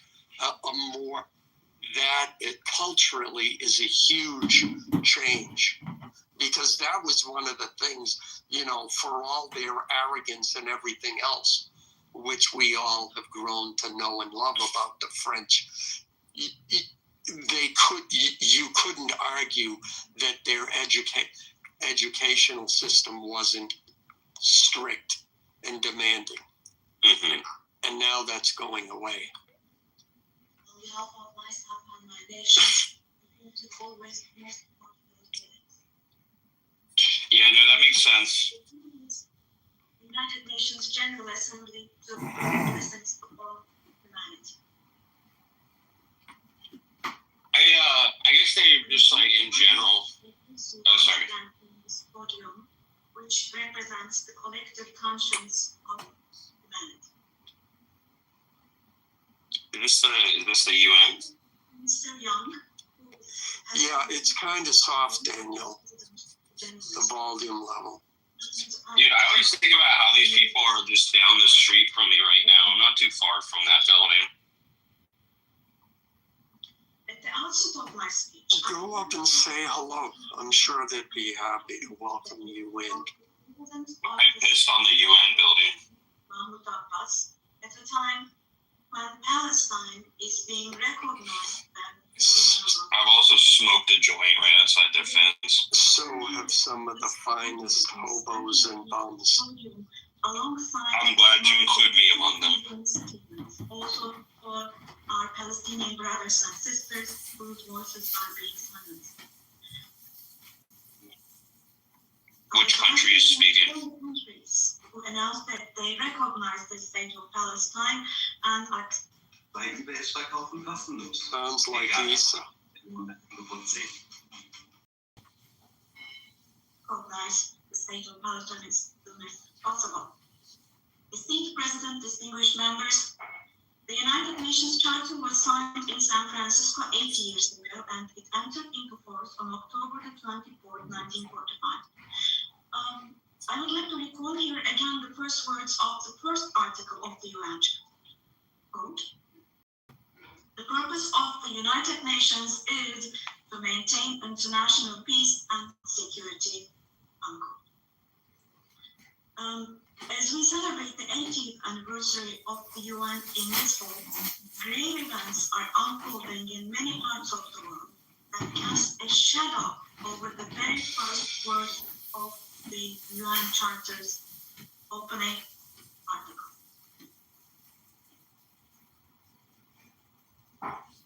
Particularly in Gaza, right before our very eyes, genocide has been going on for over 700 days now.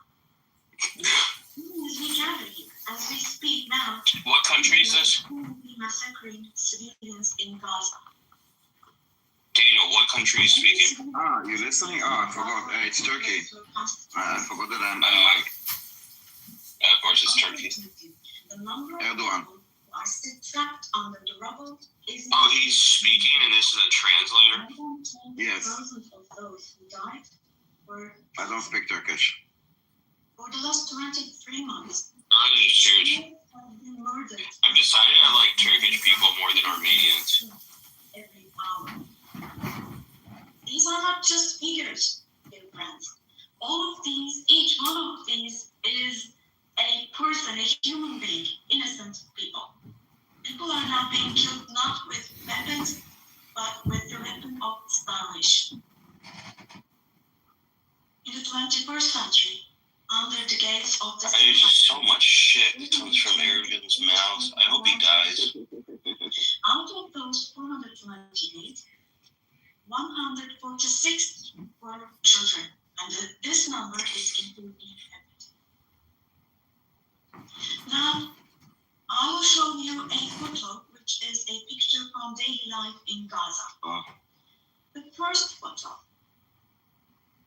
as you see, these are people.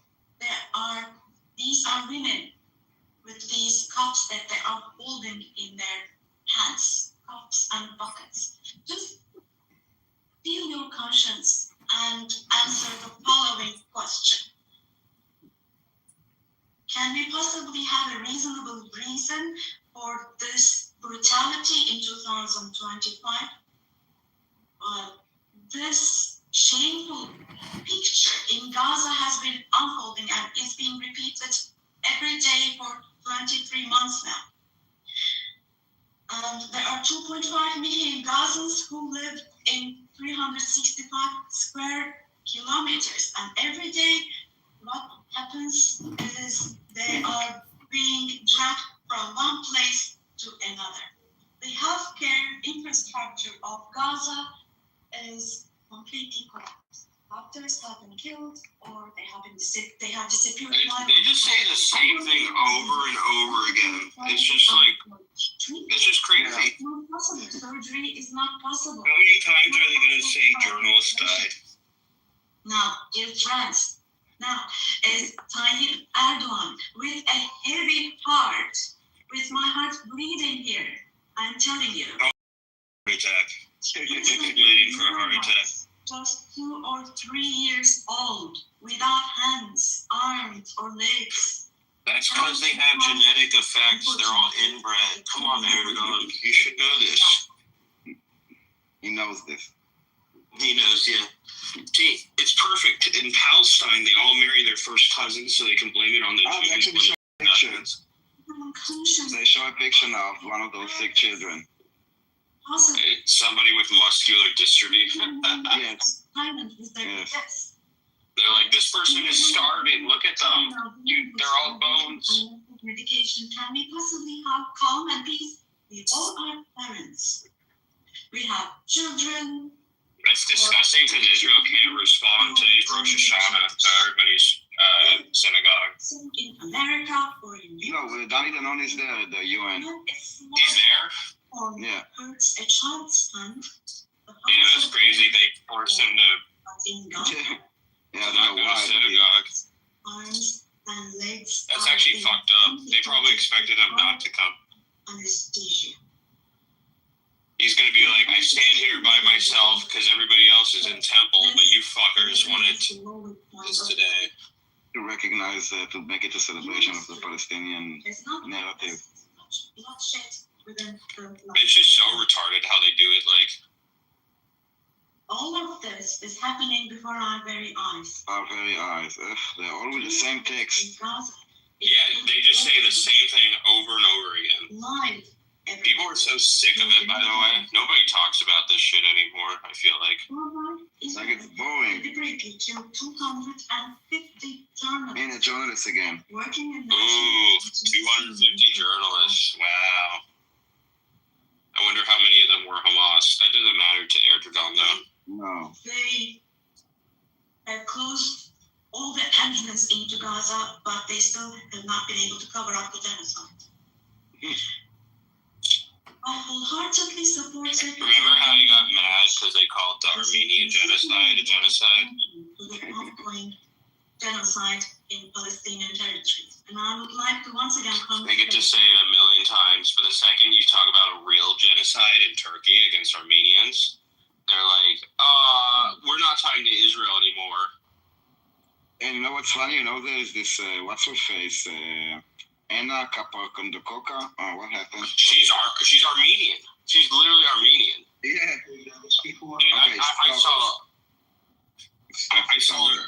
I saw her saying some stupid shit today, and I made a tweet about it. I was like, sorry if anybody else is Armenian here, by the way. Just, this is a full disclosure. I'm going to say something anti-Armenian. But when I saw her, I was like, wow, all Armenia, like, Anna Kasparian is like the perfect example of why Armenians are retarded. She is on a show called The Young Turks with a Turkish person as an Armenian. Exactly. She's on a show glorifying the people that killed all her people in Turkey, and all she talks about on the show is how much she hates Israel. It's just so retarded. Dude, what? And the worst part is, like, all Armenian people are like that. 19th, That's the worst part. 19th Amendment. Yeah.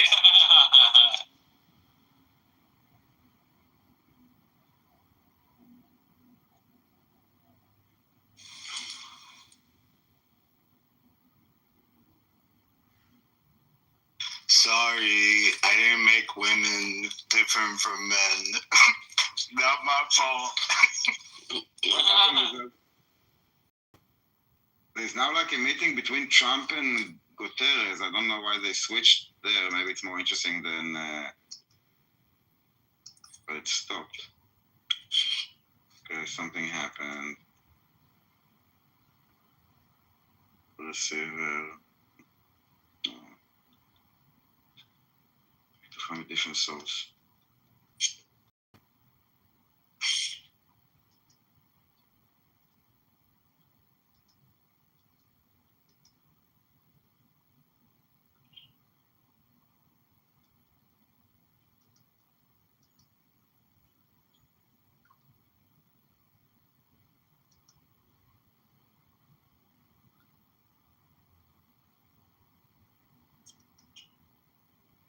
Being occupied step by step, and innocent civilians are being massacred through execution. Moreover, Israel is not limiting itself to Gaza and the West Bank. By launching attacks on Syria, Iran, Yemen, and Lebanon, Israel is also threatening regional peace.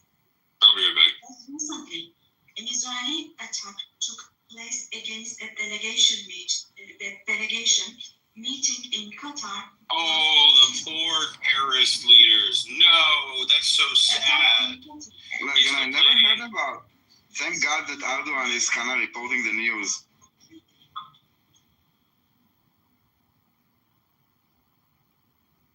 Netanyahu is not obviously interested in forging peace or releasing the hostages. Not only Israel's neighbors, but all countries in the Middle East are subject to the Israeli government's reckless threats. And we must realize the following. Due to the increasing aggression of Israel in Europe and the West in general, the values that emerged after the Second World War have been rewarded. The what? The most fundamental human rights, such as freedom of expression, freedom of the press, freedom of assembly and protest, women's rights, children's rights, democracy, equality, and justice have been shelled away. At this point, we all have to see the following truth, my dear friends. The Israeli government, driven by an obsession with the promised lands, is openly threatening regional peace and the shared values of humanity.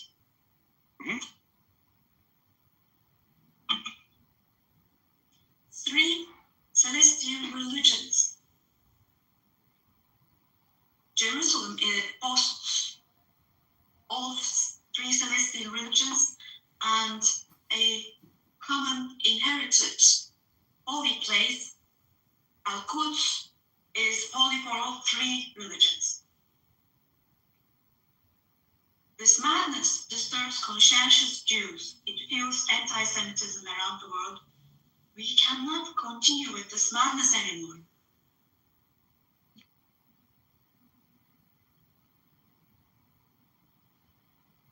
We have to have ceasefire in Gaza as soon as possible. Attacks should stop. Humanitarian aid should be able to enter with no obstacles. The genocide team should be held accountable vis-a-vis international law. And God willing, this will definitely happen. Vis-a-vis the barbarity taking place in Gaza. Everyone who is keeping silent is accomplice to this barbarity.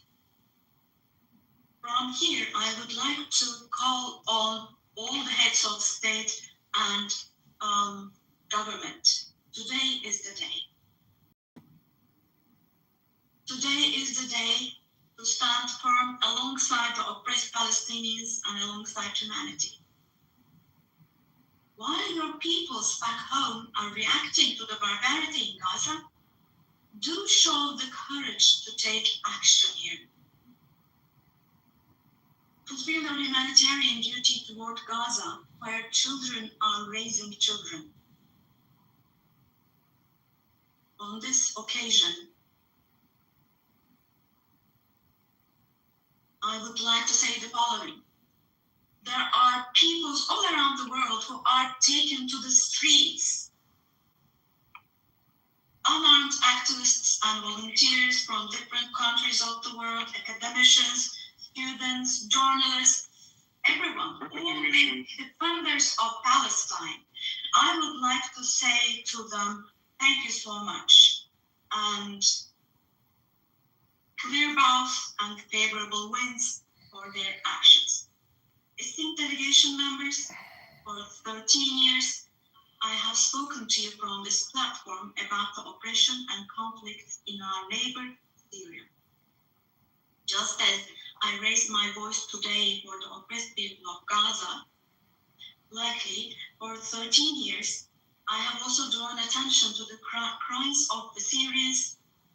Here, I became their voice and breath as well.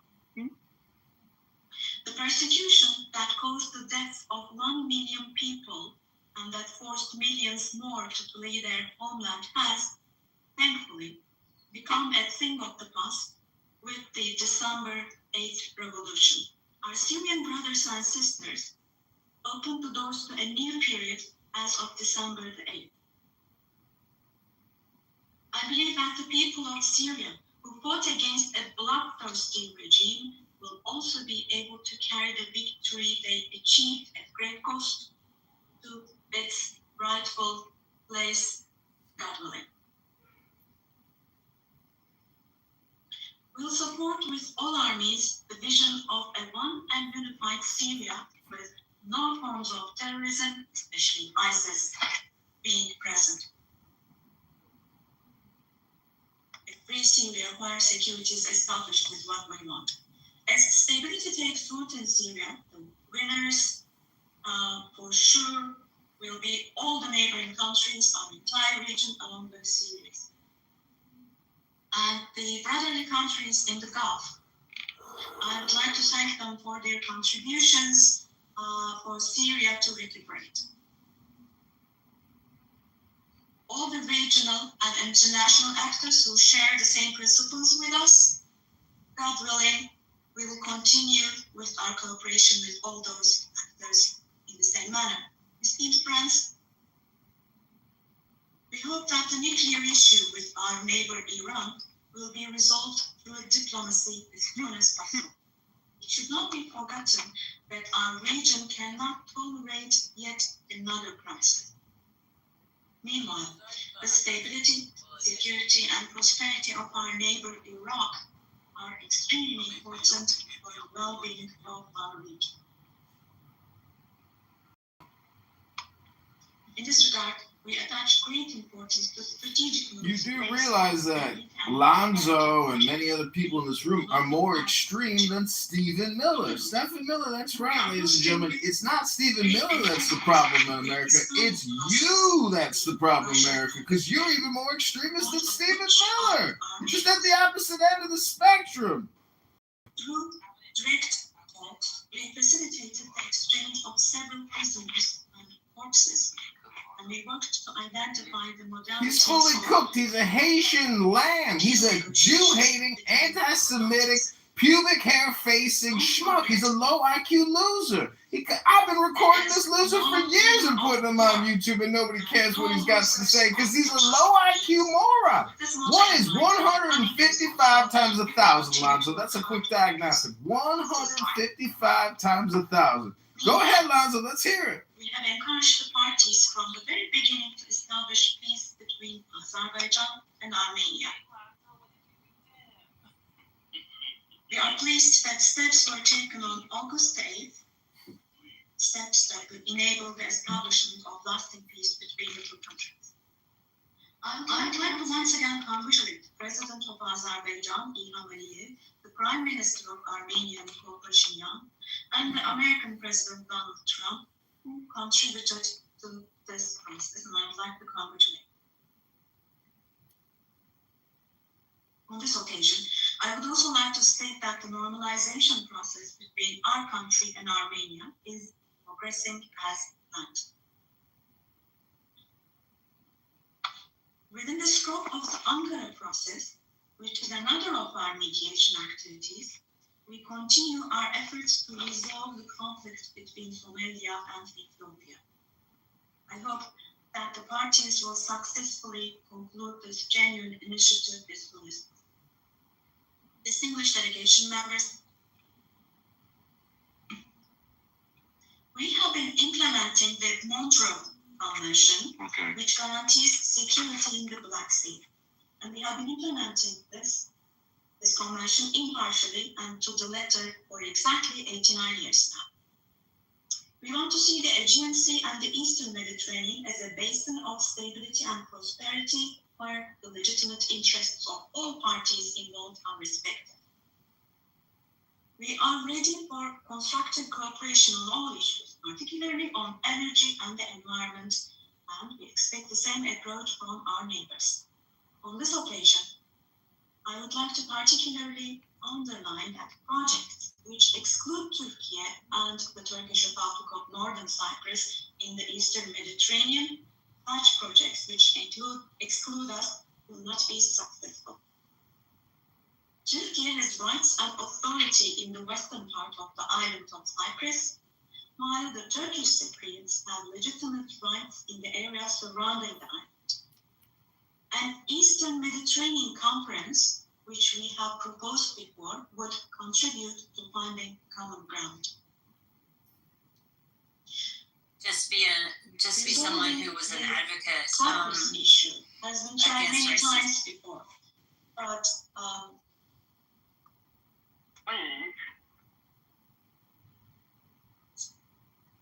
due to the rigid style of the Greek Cypriot site, no resolution has been found. We cannot possibly A similar have this video as a at the foundation borders, but it was a bunch of black kids raiding a jewelry shop. are two separate states and two separate peoples on the island. One, I know this is off topic, but one more brief point of saltiness about this California guy. Just come out as a Democrat, being like a full-throated running as a Bitcoiner on Twitter. I feel like he would have gotten a lot of love and support, and like that would have been great. Yeah.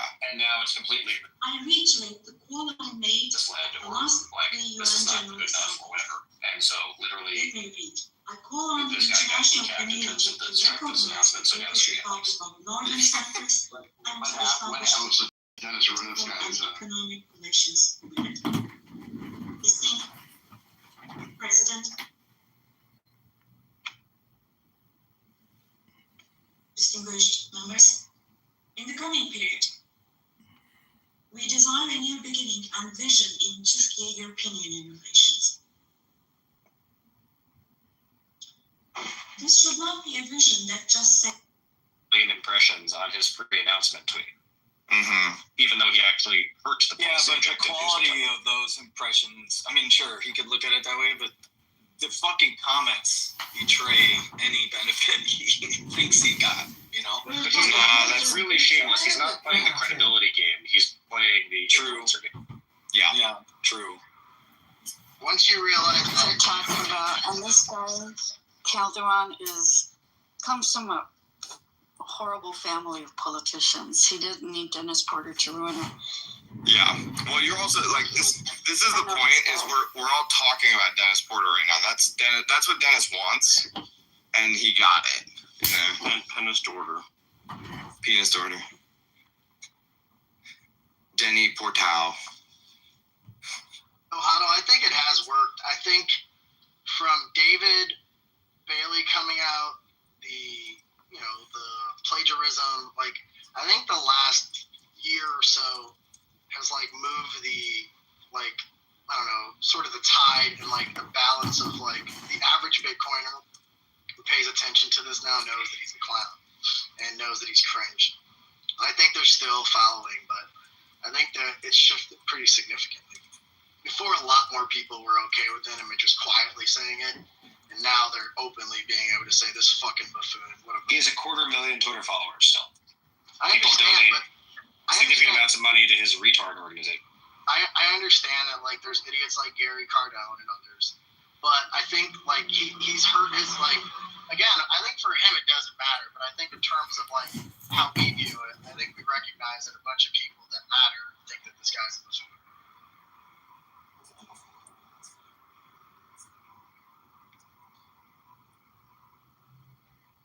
This guy Calderon, sorry. Is somebody talking? And no, I was just saying this guy Calderon, like, comes from a family of Democrats who've been assemblymen, and that family has been in politics for years in California, and they're horrible. Yep. So, big nothing burger.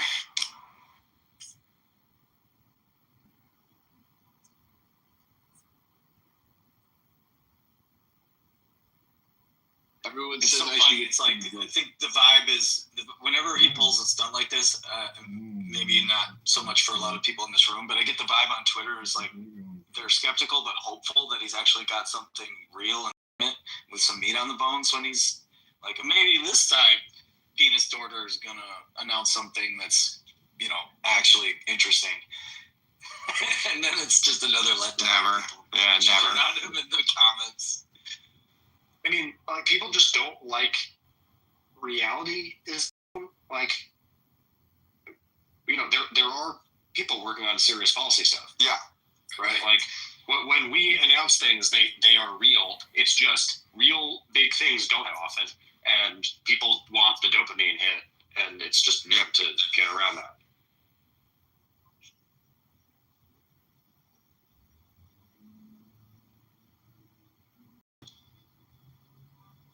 The constant search for dopamine is ruining our society. Just like is he sort of like, you know, like back in like, I don't know, 18, 19, probably 17, like there was like so much willy woo, like we knew it was bullshit, but it was still fun to like read. Is this like the politics version of it? Like the don't like the kind of, but it's not even fun. You know, it's like, I know, at least the Willy Woo shit, like it made us feel like we were gonna be really rich. Reading Willy Woo is like reading like yeah, like it's like having a lottery ticket where you're like, ooh, when I win the Powerball. Yeah, exactly. But I feel like, I do think there's something to what Zach just said, and I think it reminds me of like reading Willy Woo in like 18 and 19. Yeah, like reading his newsletter. I think it's like scratching sort of itch. I think it does, yeah. Like Zach is saying, he's filling the gaps between Zach and Matt and David and all them's like real policy shit. Yeah. And the thing is, but to a lot of people, this is what's probably really frustrating to someone like Zach and these guys is there are people that can't tell the difference. You know, it's like Zach is like in the UFC and fucking, you know, Dennis is over there doing WF. And they're like, yeah, man, I think he can beat him. It's like, no, John Jones is gonna kill anybody in the WWE. Dog, I will say, like, personally, I feel like there was a time in a window, like, between, like, then and David Bailey coming out against, where I literally felt some sort of responsibility for Dennis Porter. And I can't even explain it, you know? Disclaim it. Huh? Disclaim it now. I go on fucking Twitter once a year just to make the disclaimer reminder. But I no longer will, because everybody knows that. Yeah. It's an apology. I send an apology. Hey guys, I'm so sorry. This is my fault. You gotta say, I think that Dennis Porter is a force of nature, and that he would have done this regardless of you or not. Yeah, like, of course. He is, Yeah. I was just his first part of the affinity thing. The best thing I think the Streisand effect is my dominant lens by which to view most internet stuff, which is like 100%. Just don't talk about it. Don't put any focus on it. Don't put any attention on it. Because the more attention you give something on the internet, the larger it grows. Yeah, internet currency is definitely different, for sure. And if you let people know that you definitely don't want something to happen on the internet has a way of like making that thing happen just to see like what will happen, essentially. So the best thing is just to be like, who? Dennis who? Who's that? Yeah.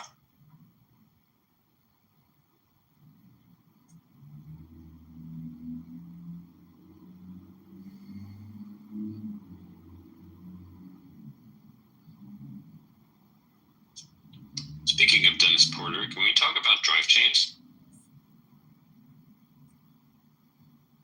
No. It's been a while. Rejected. Are you mixing up your fucking Bitcoin retards? Oh, am I? Oh, who was the... You think Henry Matt? I'm thinking of Henry. Paul. Take it back. Yes. I think you were going to let that hang for a while. Also, what are you guys doing? Who? Alright. The guy just kicked out of the room. That's at the bottom of the stage. The guy that records us and put it on YouTube and then blast it out. Wait, is that... Are we getting... Is there a YouTube channel now? Yeah, no, I mean... Also, can you guys either mod me or deal with the fucking chat also? Oh, man. We got him again. No, that guy left already and it was spamming the chat, but... No, it was him probably, because I just kicked him out of the room. Is it John Kitover? No. It's a guy trying to sell a course or something. I reported it earlier, but I couldn't remember. What's that? John says, you know what's extremely funny is my mom just texted me and asked me what was happening at 3 p.m.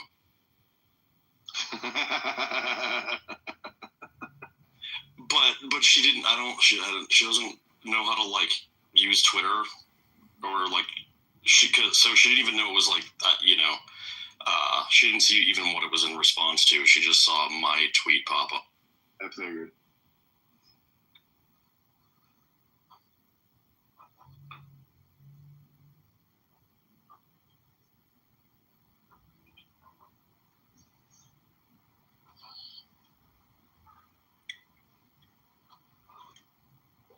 I don't even need anonymous now to do was a this. very important announcement. I'm literally recording the room without an anonymous. Yes, very never important. spend the time to look who in the audience it is. Well, I think I know the answer, but is your mom talking about the fucking Dennis Porter thing? It was me replying to Johnson's tweet. This is a club of like the dumbest people in the world. So if that got to your mom somehow, To make fun of people she for being somehow is stupid, but never say anything Dennis Porter, intelligent. then I definitely get. Sometimes you hear like, it's more intelligent than the other rooms, but oh wow. Sandwich between them. Baby maker.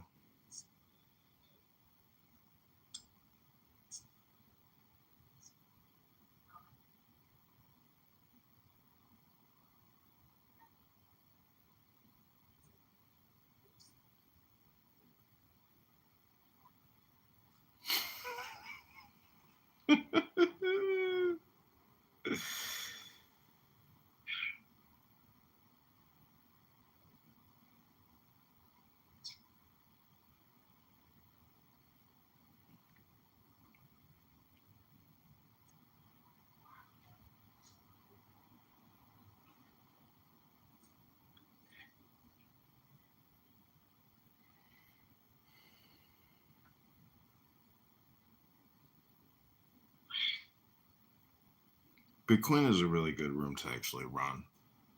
It's because let's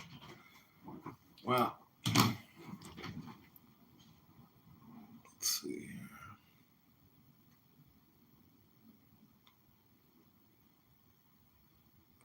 So I got this phone clipped. Review content.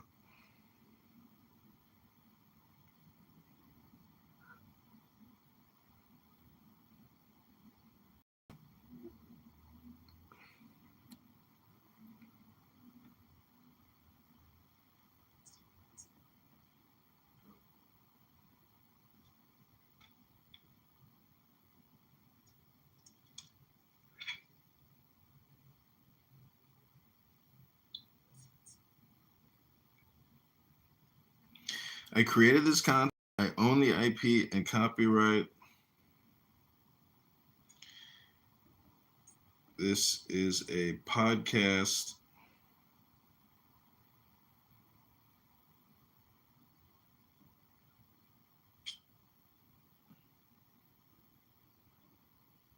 No third party.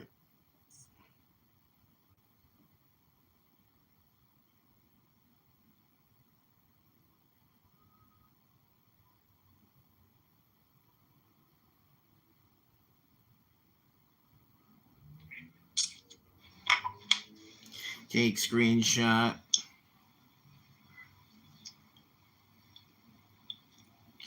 I've become that robot guy from Grandma's Boy. Taking screenshot.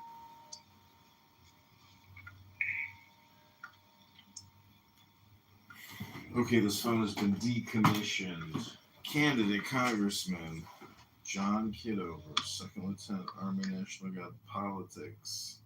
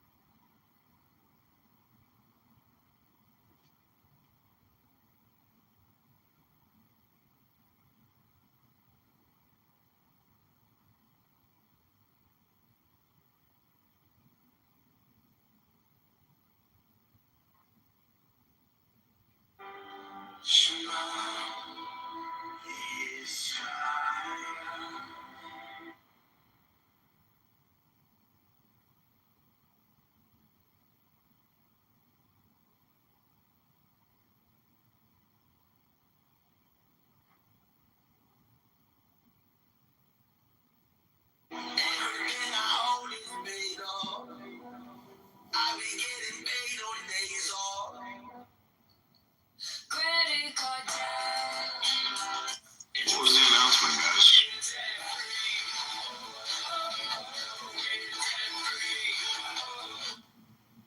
Hello?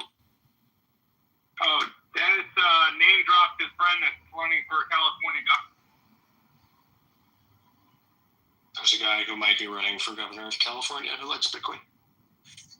Zach, how does it feel that Dennis is breaking more news than you guys? The entirety of the Bitcoin Policy Institute. Yeah, I'm just in awe.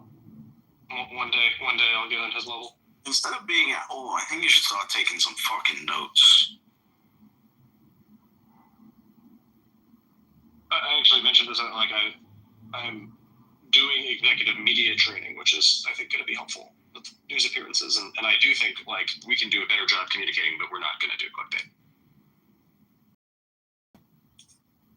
You are going through executive media training? Yep. That's awesome. I'm happy. That's really good. I think that will actually help you guys a lot. Stuff like that's always good. Fuck.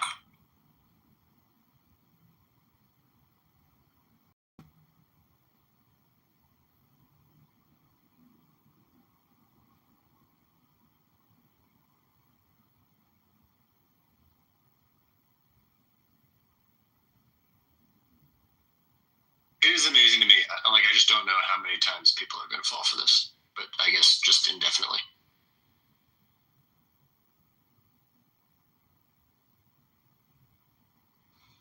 What is executive media training exactly? Is it just like development, like techniques? Like, what is it?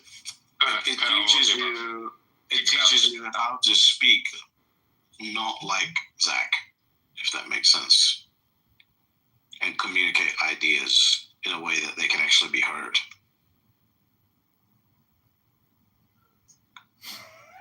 In my case, it's a lot about thinking about different audiences.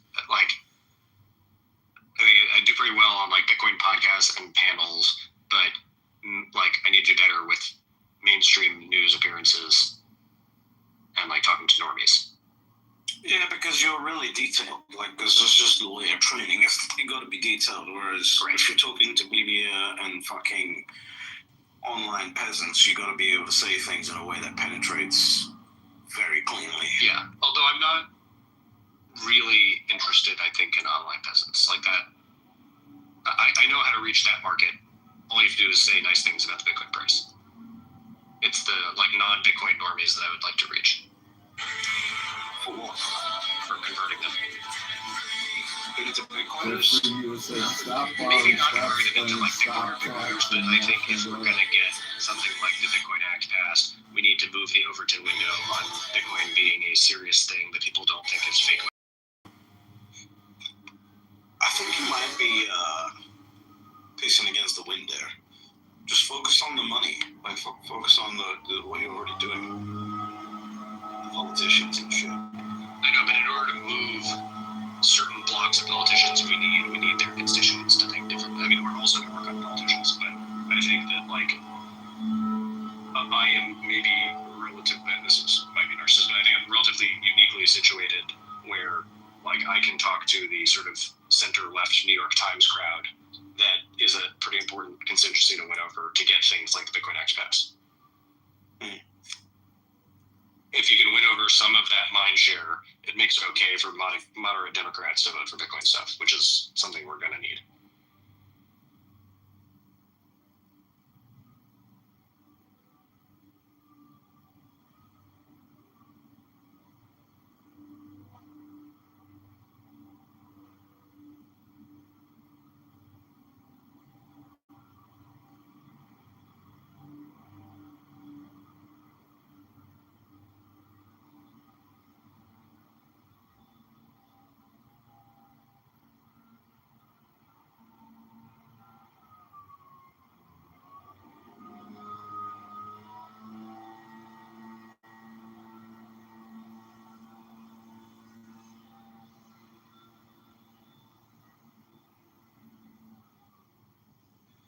Do you think Saylor just had that innately, or do you think he went through executive media training?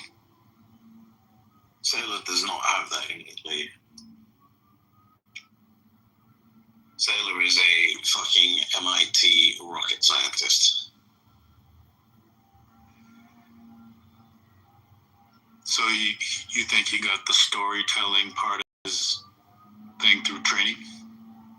Yeah, I've had dinner with Saylor like almost one on four, and he definitely turns something else on when he's in front of the camera. The guy is one of the smartest people I've met, and fastest thinking, I'd say.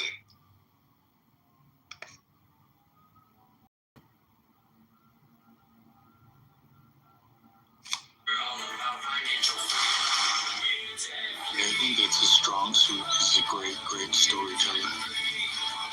And then he'll mix some facts in between. A lot of people will just try to go facts.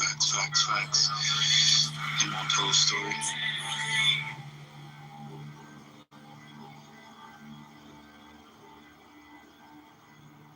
Work on your storytelling, Zach. It's definitely part of it.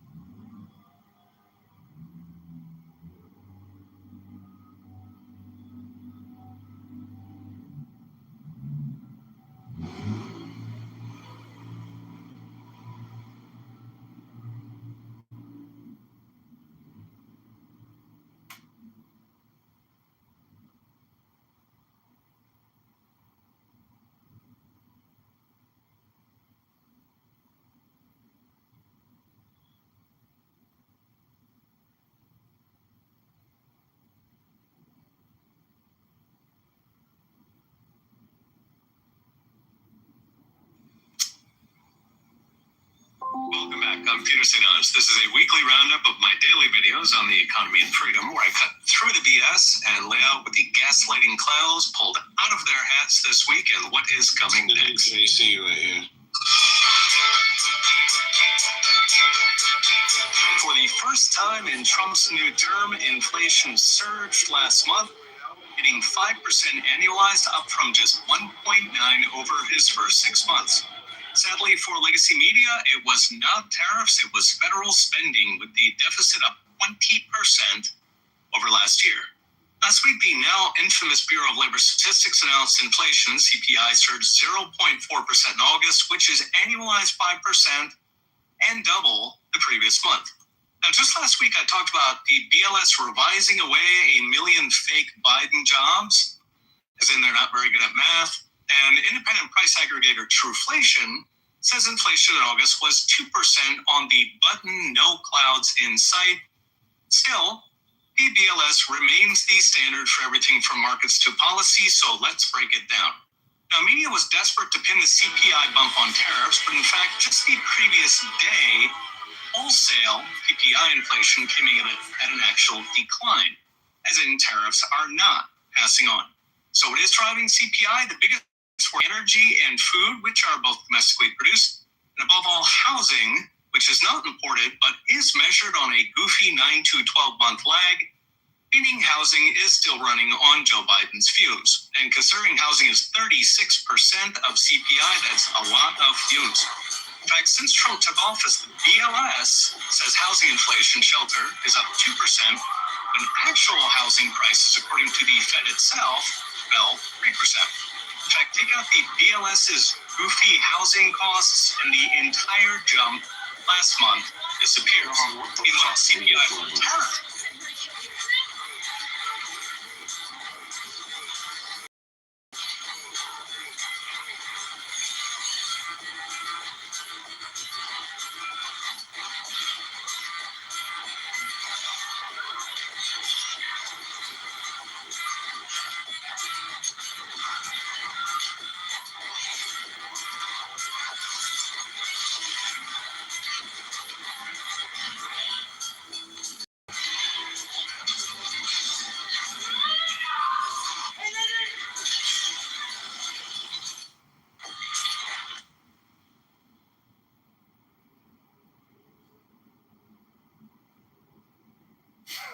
It's that guy John Kitover who sits here and fucking records us.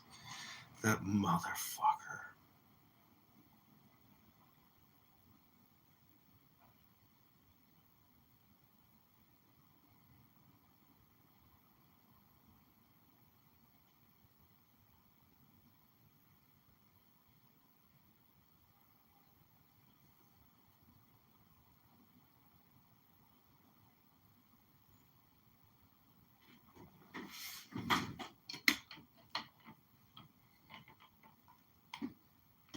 Jimmy, my paperwork sent off.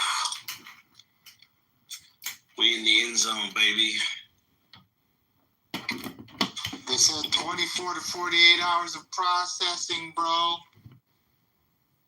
Soon we'll be able to see how down we are in our broker accounts rather than calculating it on the phone. It's perfect. All of it is perfect. At least it's in the brokerage. And now I prove that it's there right now. Ay, ay, ay. What a shit show.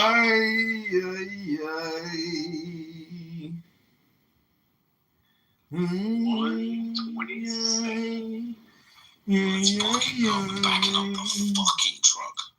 I thought you were just saying your truck out of gas. I didn't say I was gonna fucking back it up for DACA.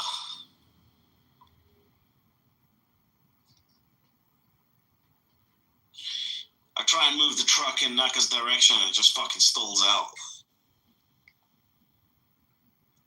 Good morning, Heather.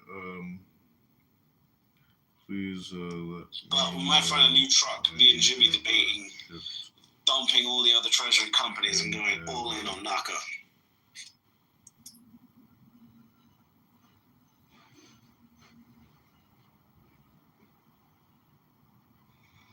City Goose 105, British. Yeah, I fucking hate the Jews, you know that? Whoever said that?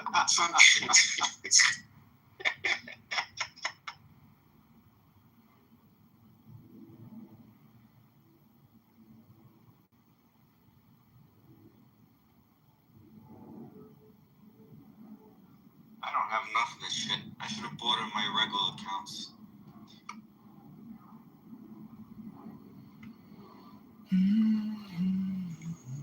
Enough what, Naka? Was he in the Jew pipe?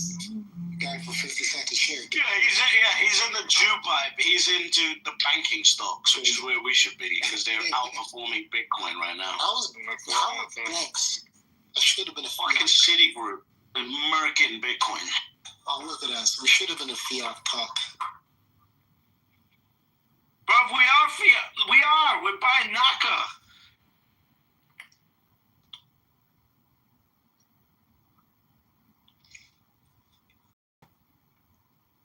We're clearly not cuffed enough. Exactly.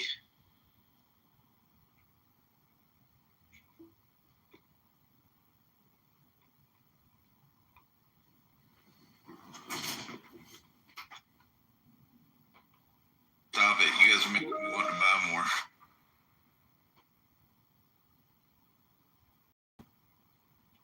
What are you buying more of? Naka or Citigroup? You know, if you were there, holy shit, and they have a sticker, which you need, you might call that convenience. But you might also call that taxation.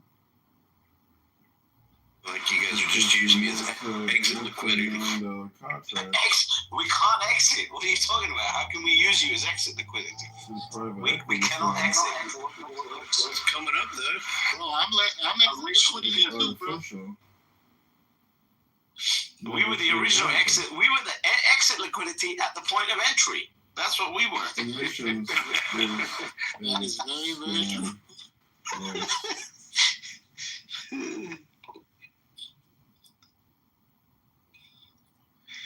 Okay. then Can if you you're imagine there, if this shit you may have a sticker. Which doesn't you come might up call and that David taxation. Bailey's like sold his whole But fucking you company might to also shit? call that taxation because the multi-million contract to the private equity firm is artificial and never should have happened. Emissions is a scandal. I feel bad for that guy. You feel bad for a billionaire? He ain't no billionaire right now. I'll tell you that much. He's a billionaire. What billionaire? You know, if you were there, He's a you might billionaire? have a sticker, what you need. You might Yeah, call he's it a billionaire. convenience. What, right now? No. Wait, right now, David Bailey is a billionaire. Not everybody fucking liquidated all their hillbilly Bitcoin, bro. I'm not saying he did, but I don't know how. Yeah, I'm not sure if he's a billionaire. That would have meant that when Naka was at like $25, that he had like $30 billion or something. That doesn't make any sense. Talking about net worth or liquid? Yeah, I'm talking about net worth. No, it's the same shit. No, it's not the same. Billionaire, though?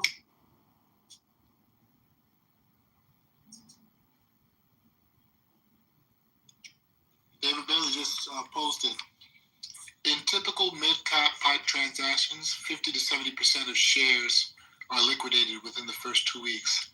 I've been monitoring pipe progress every morning, and I think this jives. Almost through it. Pipe progress? The fuck does that mean? We don't have any shares to liquidate. Oh, I know. we don't. Other people do. The bigger investors, they got it before us. No fucking way. I thought we were all in the same pipe. They got different pipes? We're in white the pipe is real? We're in the SPV, which is like, you know, the gay pipe. We're in the gay pipe.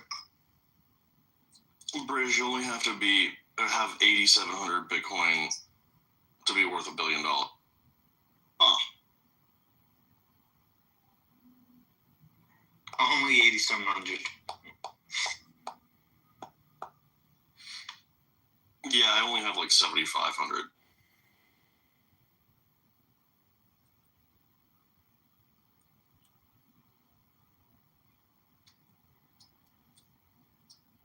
I was saying earlier, I believe David is already a billionaire, and they were debating me on that, and I'm like, no.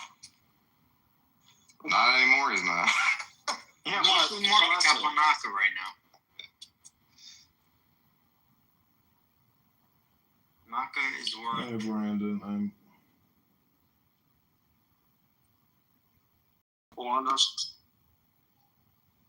Yeah, so how much of it does he own?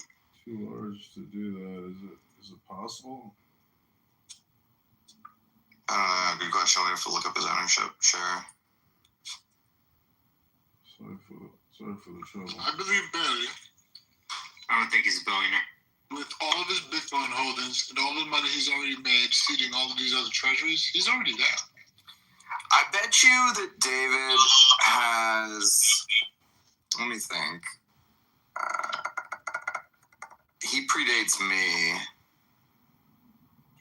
Yeah. And he's a retard who's very aggressive. He has a couple thousand Bitcoin, bro. I bet you like 3,000 Bitcoin seems right. Yeah, that seems right. So that's like 300 mil, give or take. Are you talking about Robert? No, David. And then, what's his ownership in, like, how much does he have at UTXO? UTXO performed very well.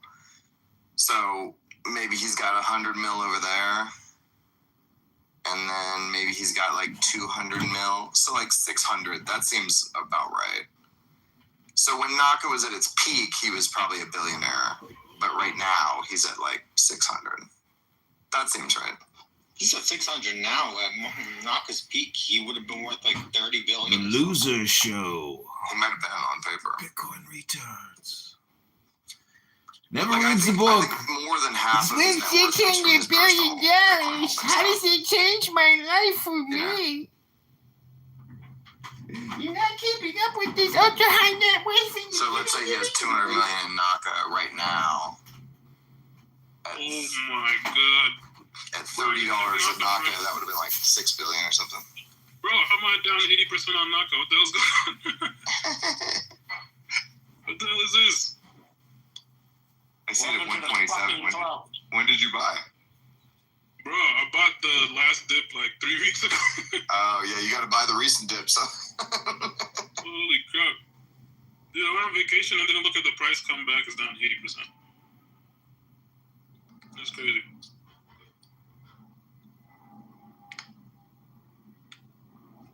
It's almost at the pike price, right? It went to it. Holy crap. The lower pipe, if I remember correctly. The second offer? Or the 110 or whatever? Well, the $5 pipe niggas are in shambles. They are. They really are.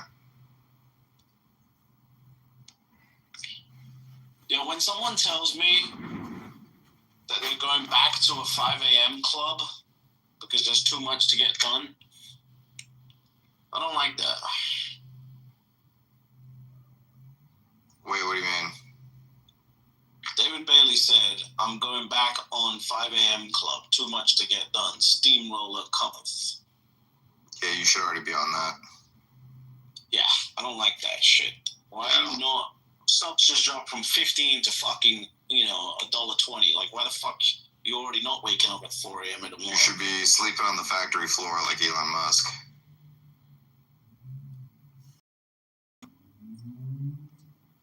There's no factory, bro. There's just schemes. He needs to be scheming at 4 a.m. He needs to be sleeping on the fucking scheming floor. All right? Get all the other schemers around you and sleep on the floor between.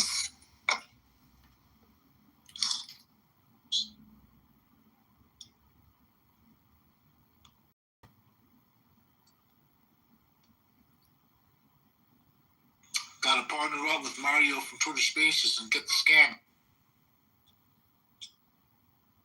Yo, get the cameras on this, man. What the hell's going on?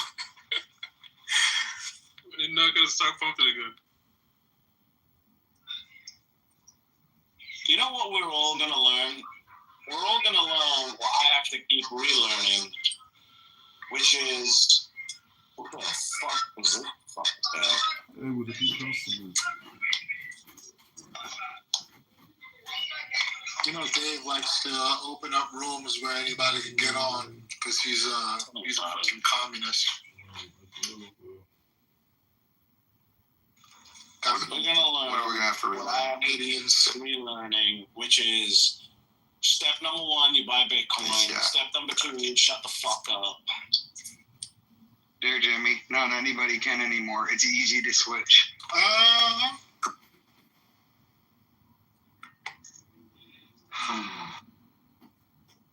It was one of Issa's friends. She's bringing weirdos into this room. Now, Jimmy, it makes sense though, because to Dave, anyone can get on a Bitcoin stage. So you just gotta let the randos out. Issa's friends are low key dumb as hell. Those are Issa's friends? I don't know, but every time I meet one of Issa's friends, I'm like, this motherfucker is dumb. Why are you talking about British like that? British is my friend. He's Issa's friends. Damn right. Oh, conference video call? I mean, I knew British before any of you. That's true. He is Issa's friend. I wouldn't have met Issa if it wasn't for British. I blessed your life. Issa's cool. It's just some of the people she hangs out with are retarded. I'm glad. Don't call the Jews retarded, Paulo. That's not nice. I'm glad British strikes. That he stopped trying to be Andrew Tate. I look forward to meeting you. Back then, he was a lost soul trying to talk to these hoes. That was when Kevin Samuel was really popular. Before the death. Kevin. Yeah, he got cut down in his prime. Yeah. They cut my boy down in his prime. They just was trying to school these hoes. Gotta leave them alone. Didn't he die hooking up with some young girl? Went out like a boss. Man, the funniest shit he ever said was when he told that one girl, He's like, what do you think you are? She's like, A. And he's like, you look like a middle linebacker. You look like you could hit the A gap like a motherfucker.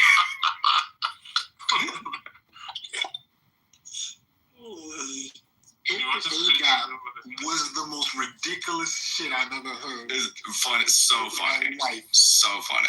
Because I know the A-gap. I know that's between the center and the dog. What was crazy about Kevin Samuel was the women that called up knew what he was going to do. Like, because he did the same thing for every single woman. But they were all like in their head, like, I'm special. He won't do that to me. Like, and then he just just make me do this. Please, right. make me do this. And did it to every woman, just boom, boom, boom, knocking them all down.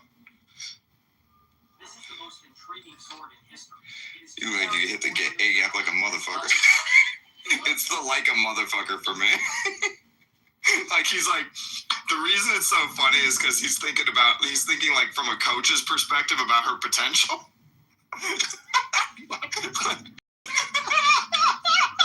He's gonna recruit this hoe.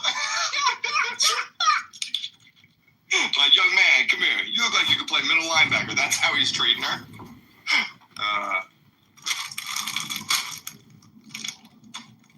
That shit is hilarious. My man was cut down in his prime. I mean, but it is, you know, it is like you're giving all this advice, nigga. Take care of your own heart, man. Like, take care of yourself, bro. You know what I mean? How you die piping some chick, bro? Piping some youngin, bro. It was the Jews. It was the Jews they got him. What are the Jews, bro? Sort of, he himself was a bum. You know what I mean? At the end of the day.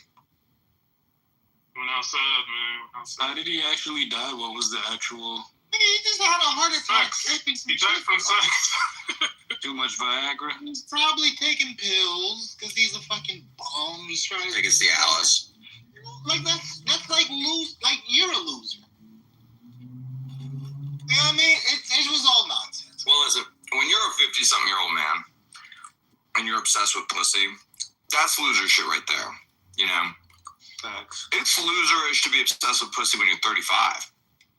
So it's really loserish when you're 50-something. Like, when you're 50-something, bro, I was talking with Jason Williams about this, and we both were agreeing about this, which is like, when you see an old guy in like a fucking Ferrari or a Corvette or something, and he's like, look at me. It's like, that shit is always sad and pathetic.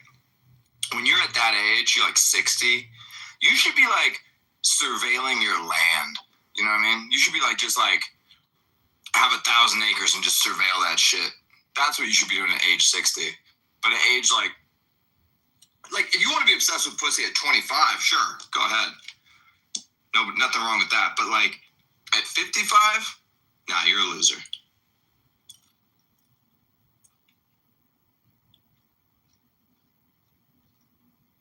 It just shows that you missed out on something like in youth, you know, and you're making up for it. Yeah, I just looked up his age. This dude died at 53. He probably had like some congenital, issue with his heart or something. For sure. Like at 55, you should be treating your daughter like a princess while you are causing irreparable damage to your son because he feels like he's not good enough. That's what you should be doing at 55. Mm-hmm. Yep. Yeah, he had hypertension, high blood pressure, eating too much salt. He was eating. Hey, salt's good for you. He was hitting them snacks like a motherfucker.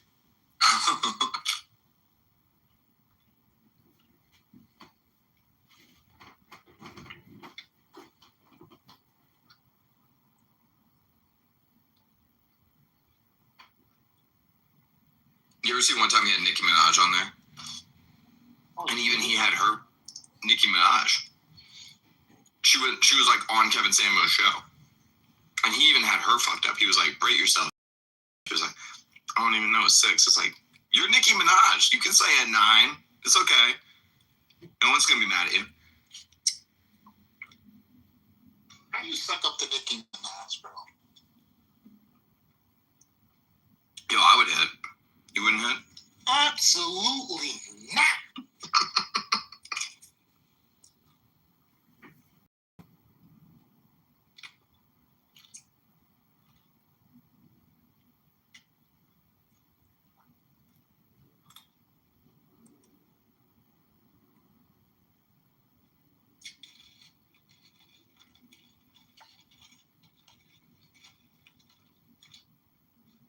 Harley, you ain't never had no chocolate. Relax. Nigga said chocolate. It's the implants, bro. You seen the implants? You want them, bro. The legs don't match, Hollow. I think black girls are attractive. It just never happened, you know? Like, naturally never happened.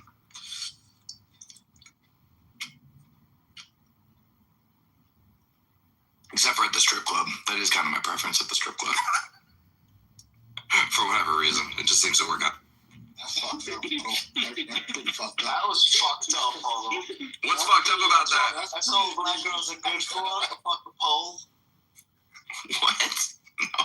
God damn.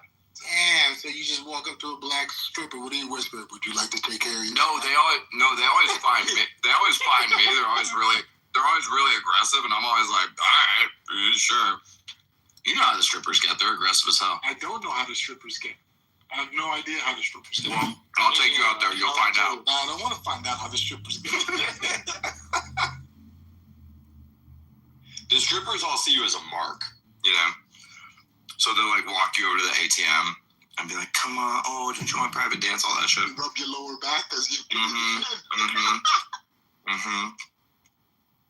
And you're like, only if you're black. No, not only. I'm just saying it has happened to work out that way on several occasions. Well, shout out for supporting little DeQuavius, man. Giving his mom some money, man. Yo, listen, this is kind of wild. Because before Antonio was supporting him, Hodo was supporting him. That's fucking wild. Hodo was first, and then Antonio took his place.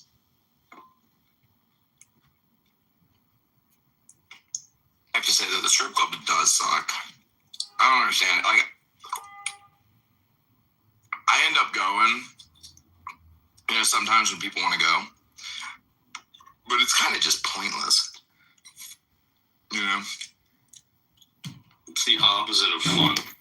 Mm-hmm. It's really not that fun. The only problem with the strip club is the smell of strip club. The smell of strip club. It does smell bad, yeah. It's bad male odor because these motherfuckers don't get laid. They like not good hygiene motherfuckers, or they've been drinking all night, sweating all night.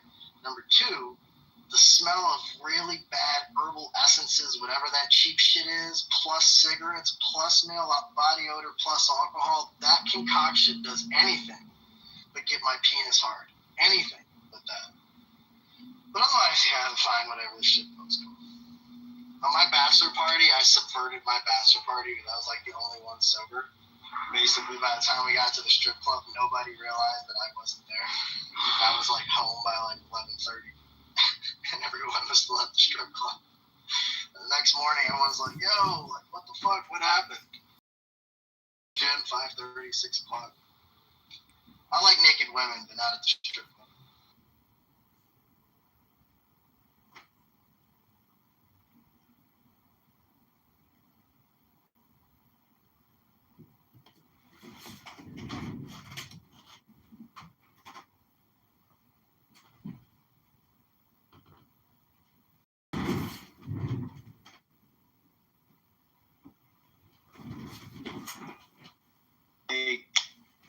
Gonna go to a strip club, but back then they had those free limos and they kept coming to me and my buddies, and we ended up going to Sapphire. I'm sure you guys have heard of it. Wait, why would you assume that we have heard of it? The limo's only free on the way there, never on the way back. Do that?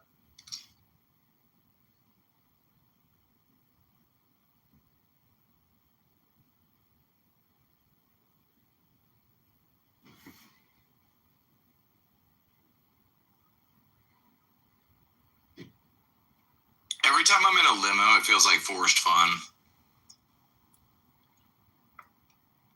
Ooh, here we are in a limo. Like, who cares?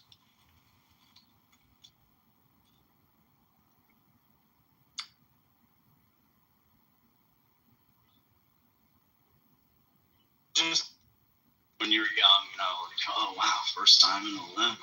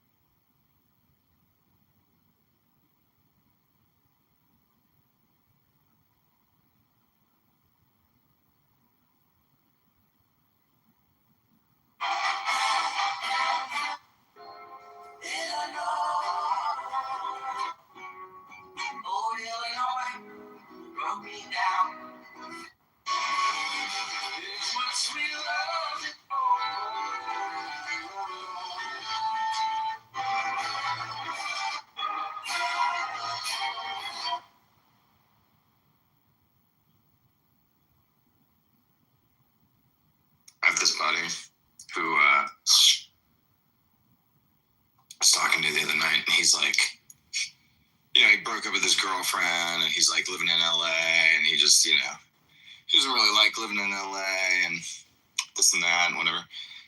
And he's from here, and he was like, he wants to come back here or whatever. And I was like, do it, And he was like, yeah, I should. Like, if, like my mom said, like, if I do, she'll $200K to buy a house. I was like, she'll give you $200K to buy a fucking house, like, as a down payment? And he was like, yeah. I was like, and why are you not doing this? Like, why have you not jumped all over this shit? And he's like, oh, no, and, this and that. And it's like, bro, you're paying rent in Los Angeles. LA vibes, bro. Right, like, you're paying rent in Los Angeles. It's expensive as fuck. It's like, $3,000 a month for rent, right? And you don't even, like, have a nice place to live. It's like a, whatever kind of apartment. And, like, you broke up with your girlfriend. You got nothing going on. You don't really even like the people there. You don't really like living there. Your mom is willing to give you basically $250,000 for free to just fucking come over here and buy a house and shit. And he works remote. He could just pick up his shit and move anytime he feels like it. And the minute he does so, he doesn't have to pay California state tax anymore. So you get like, he makes like $120K a year. It's like you get to keep an extra like $9,000 of your money, or like $8,000 of your money. Like, bro, what is this is a no-brainer. And he's just like, yeah, I don't know, like, I don't know, man. I'm thinking about it. But like, bro, why is this like a thing in today's day and age where like so many people are so racked with indecision all the time? Like, this is just such an obvious no-brainer, slam dunk. Like, of course you do this, There's no relationship. There's not really many friends. You got money waiting for you in the other city. Your job is remote. And you know people in the other city. And there's no income tax in the other city. Like, what is to be racked with it? Like, I find this, like, it's not just him. The reason I'm complaining about it is because I find this with so many males in our generation. And I wasn't even, like, I wasn't even getting mad at him or anything, but I was, like, trying to, like, compel him to action, which is like, hey, dude, get the fuck up off your ass and just start making some things happen. Just do some shit. It doesn't even have to be the right shit. Just do some shit. Just make some moves. But like, I don't know. It's like a millennial aged male thing where they're just like, oh no, could go either way. And then they just sit there doing nothing. Why is that? It's like so common. Is he in tech? Nah, he's in like hospitality. Does he smoke a lot of weed? He used to. I don't think he smokes a lot of weed right now.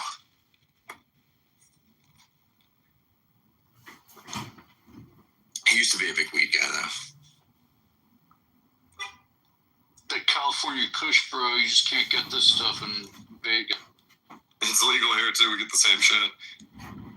But I mean, dude, if you were in his position, well, like $200,000 is the part where it seems like a pretty easy decision. It's a no-brainer.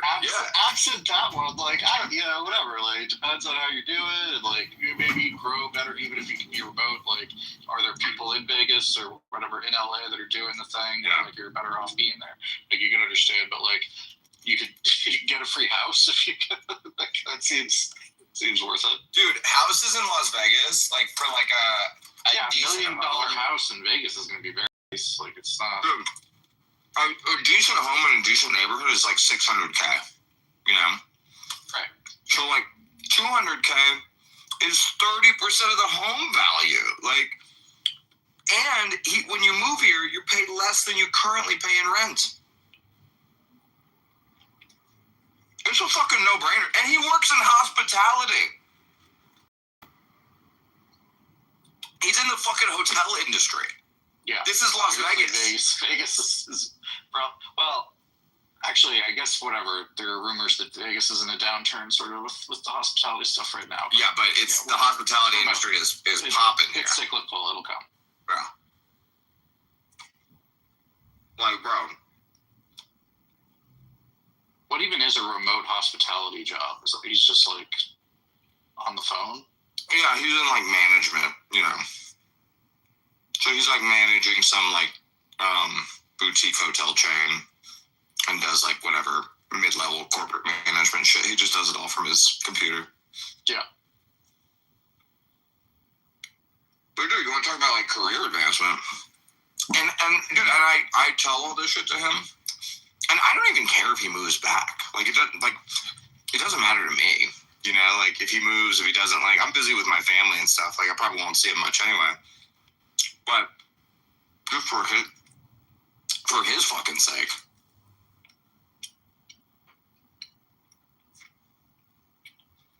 I'm telling you, dude, this is like common. It's really common. Young males just feel like they can't make a move. And it's like, dude, just make any move is better than no move. You know? There's a guy who's 37 years old. And I'm like, what do you really want out of life? Like 10 years from now, what do you want? You're 37 years old. You know, it's time to stop being a faggot. And he was like, I want to have like a family. And I was like, okay, well, I was like, bro, you know you're getting kind of old, right? Like, I mean, like, yeah, like dudes can have a family whenever, but like the type of girls that are going to be available to you, you're not like a super rich guy. Like you make, you know, like 120 grand a year. I mean, he's like a decent looking dude, but it's like, you know, you're not going to get the same options of women that were available to you 10 years ago. And if you wait another 5 years, it's only going to get worse. And the average LA girl is going to be a lot less satisfied with 120K 37-year-old than not at all. I also think the reason him and the girlfriend broke up is because of his inability to do shit. Like, because of this inaction. I think she was like sick of it. Like, what am I doing waiting around for you to like make a move? Together? They've been together like 10 years. You know? Well, and he wanted a family? Like what? Right, that's what I'm saying. Like, you know. I mean, he's sitting around kind of, I know, he's like racked by indecision about this and whatever, and I'm like, I was like, dude, like, there's a reason you never, like, married this girl, you know? Like, for whatever reason, you feel like she was the one or whatever. So, like, I don't know why I'm so upset about you guys breaking up, because, like,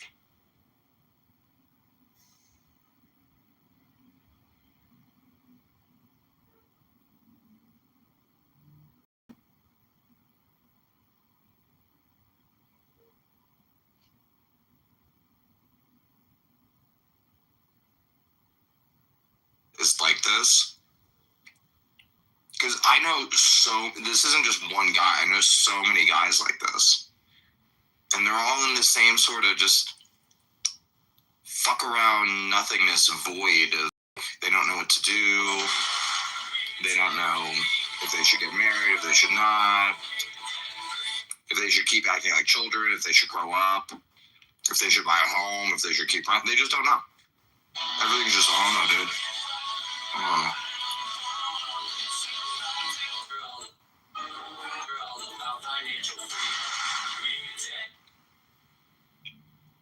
I know so many people like this. I think it's like an avoidance of feeling like a failure. It's like if I didn't try, then I can't have failed, right? Like, so I'm just, I'm doing fine, you know, everything's fine. That's probably right, because they're not risking anything. Like, your 10-year like relationship breaks up and it's like, well, it wasn't technically a marriage. So you didn't technically get divorced. So you're not technically a failure.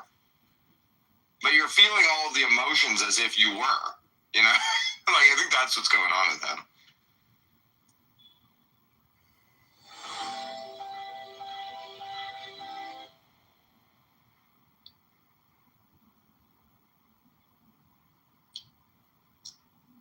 Feels like a good time to move, even if it wasn't to Vegas. Just like get out of LA. Yeah.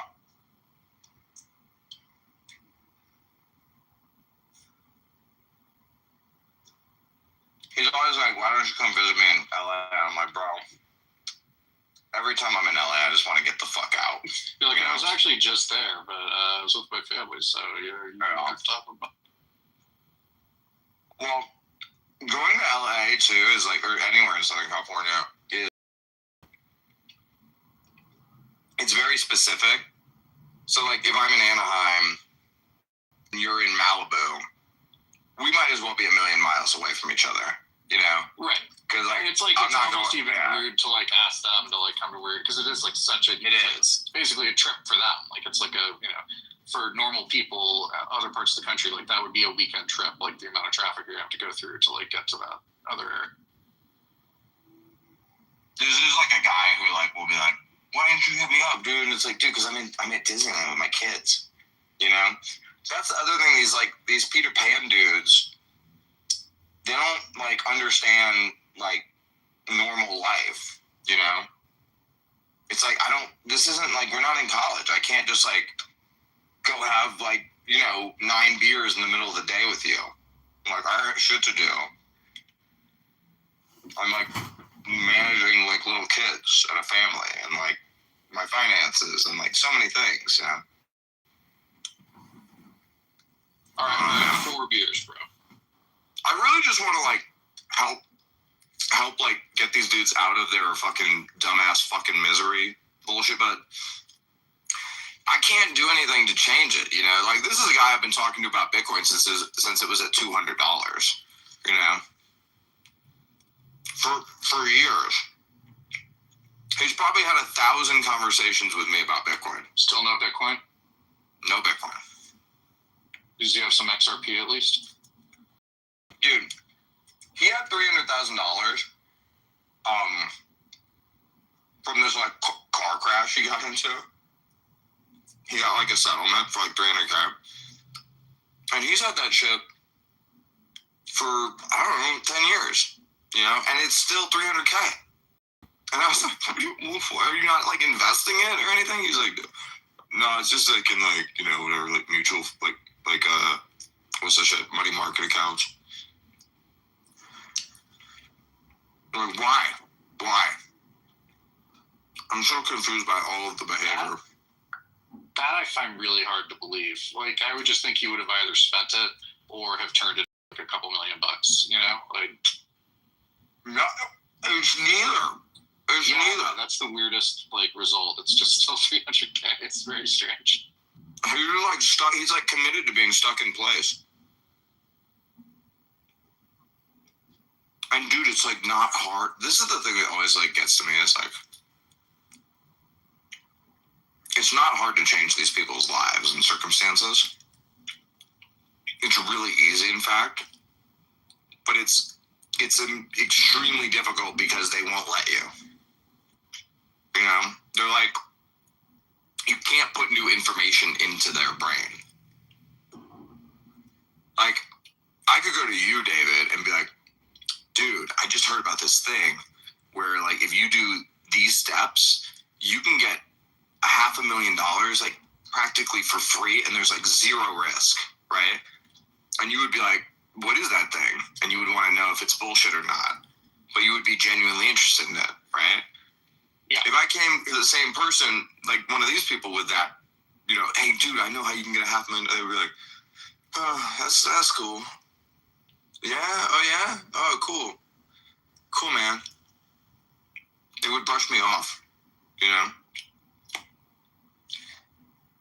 That's the point where I'm always like, okay, what am I doing? What am I doing trying to help? I feel like he's probably going to move back to Vegas. Like, the free house thing just feels like hard to say no to. It is hard to say. Even if he is in this, like, you know, inertia run. I I check in on this guy in a year. He's still going through the same indecision. Yeah. I mean, him having the 300K still at 300K there makes me a lot less certain that he is going He'll move back and then he'll be depressed and he'll want to move back there because that's what happens. I have friends like that too. It's like they're stuck in the past and that's all they do is they want to live like this past life they had like when they were in high school. And it's like they don't want to like, advance their life. And he's like, you tell them about. That's what's up with him. He's totally stuck in the past. He can't stop thinking about like all the good times and all this kind of shit. And I was like, bro. It's the past. It's like you got to move on with your future and get. It's over. Yeah, that's what I was talking about. I was like, you got to think about the future. Like, what do you want your life to be like in 10 years? You know. Right, and they're just like, yeah, someday. I'm just like, right, my thing.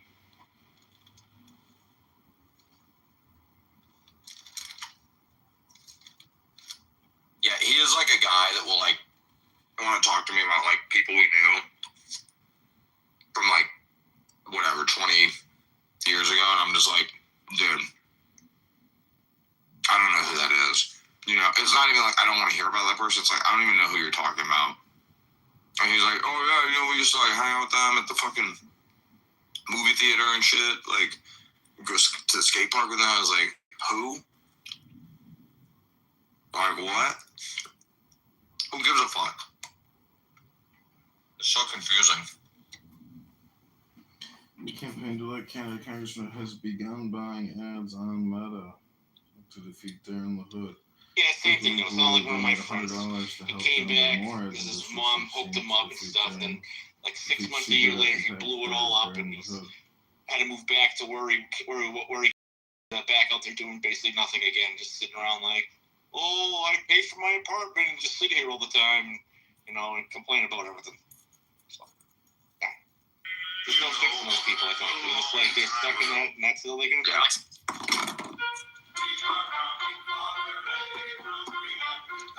There is, though. It's just like, there's not a way for someone else to do it.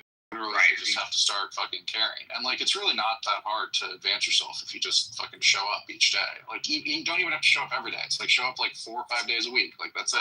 Like, they care and stuff. They just don't have the initiative to do what they need to do to advance themselves to the next level and to come like, to the future and, like, get an actual career or something like that. It's like they just sit there and they want to live in whatever life fantasy they live in. And that's if this guy was my son, I would want to wring his fucking neck. Like, it drives me up a wall. It drives me insane. Like, if I had a son like this, I would literally be going fucking crazy. Oh, is both his parents still alive? Because that's to be the next thing. Their father, like my friend, his father died, and he just sits there and mourns his father now. Oh, I miss my dad. I wish I could talk to him again. That's what's going on with my friend. Yeah, his dad died, and he's just sitting there mourning. And I was like, bro, it's been like 3 years since your dad died, dude. Oh, like, yeah. It's like it was just yesterday or something all the time. I mean, miss your dad. Like, he's your dad. Miss him forever. But like, bro, you gotta get on with your life. It's not honoring your father to like. Your father sacrificed a lot for you to be born, and it's not honoring him to sit here and wallow in grief for years and years.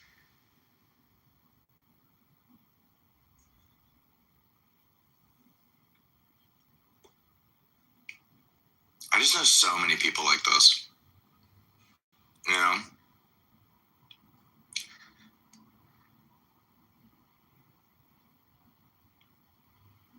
Did he play football in high school? Maybe that's what it was, too many hits to the head. No. Not even. Just skateboarding, though. So still gonna have some hits to that. There you go. Yeah, he went ahead on the rim. There you go. He was a popular guy in school. He was probably like the most.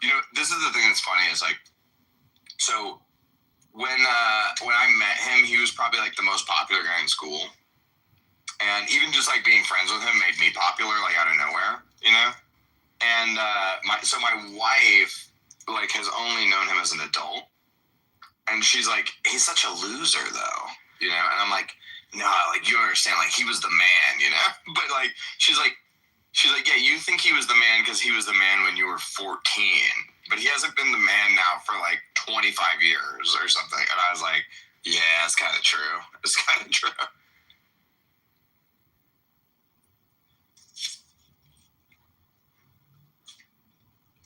You know what? Just get him the little Chinese handheld device with Tony Hawk Pro Skater 2, and he's all set. There you go.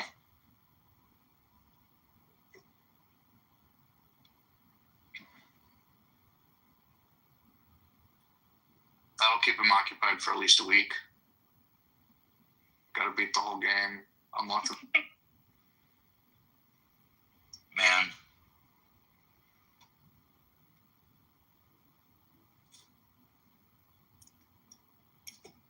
This is one of the biggest things I think about all the time. And I'm not sure why it bothers me. Probably because it's like I fight the feelings in myself and it's like projection or whatever. But it just bothers me so much when people won't just like get off their ass and do something about their situation. Like, just do anything. Just do it. It doesn't even have to be a good thing or a productive thing or a smart thing. Like, even doing bad things is better than doing nothing. You know?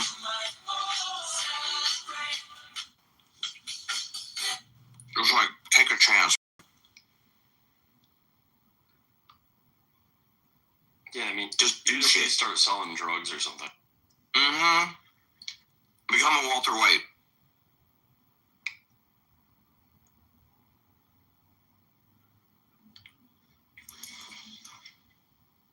Say my name. New adventure. Kelly. You know that from Breaking Bad, right? Yeah, I know.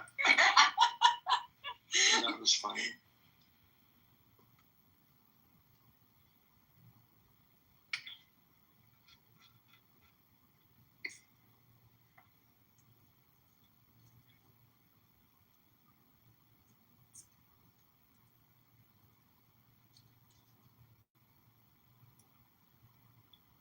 Canada Congressman John Kitover, service-connected disabled veteran, has been accused of stolen violent fraud in a clubhouse by Brad Stauffenberger. PM claims that Texas Children's Hospital audio and video recordings have been made and campaign leak teams preparing for self-slander defamation. You know, it's funny. My friends, where I think this could have happened with, they just all had kids young, and then they kind of figured their shit out. Like, like obviously, it doesn't always work out, but like those things that can fix this. Even the people I know that are losers that had kids are less losers than they otherwise would have been.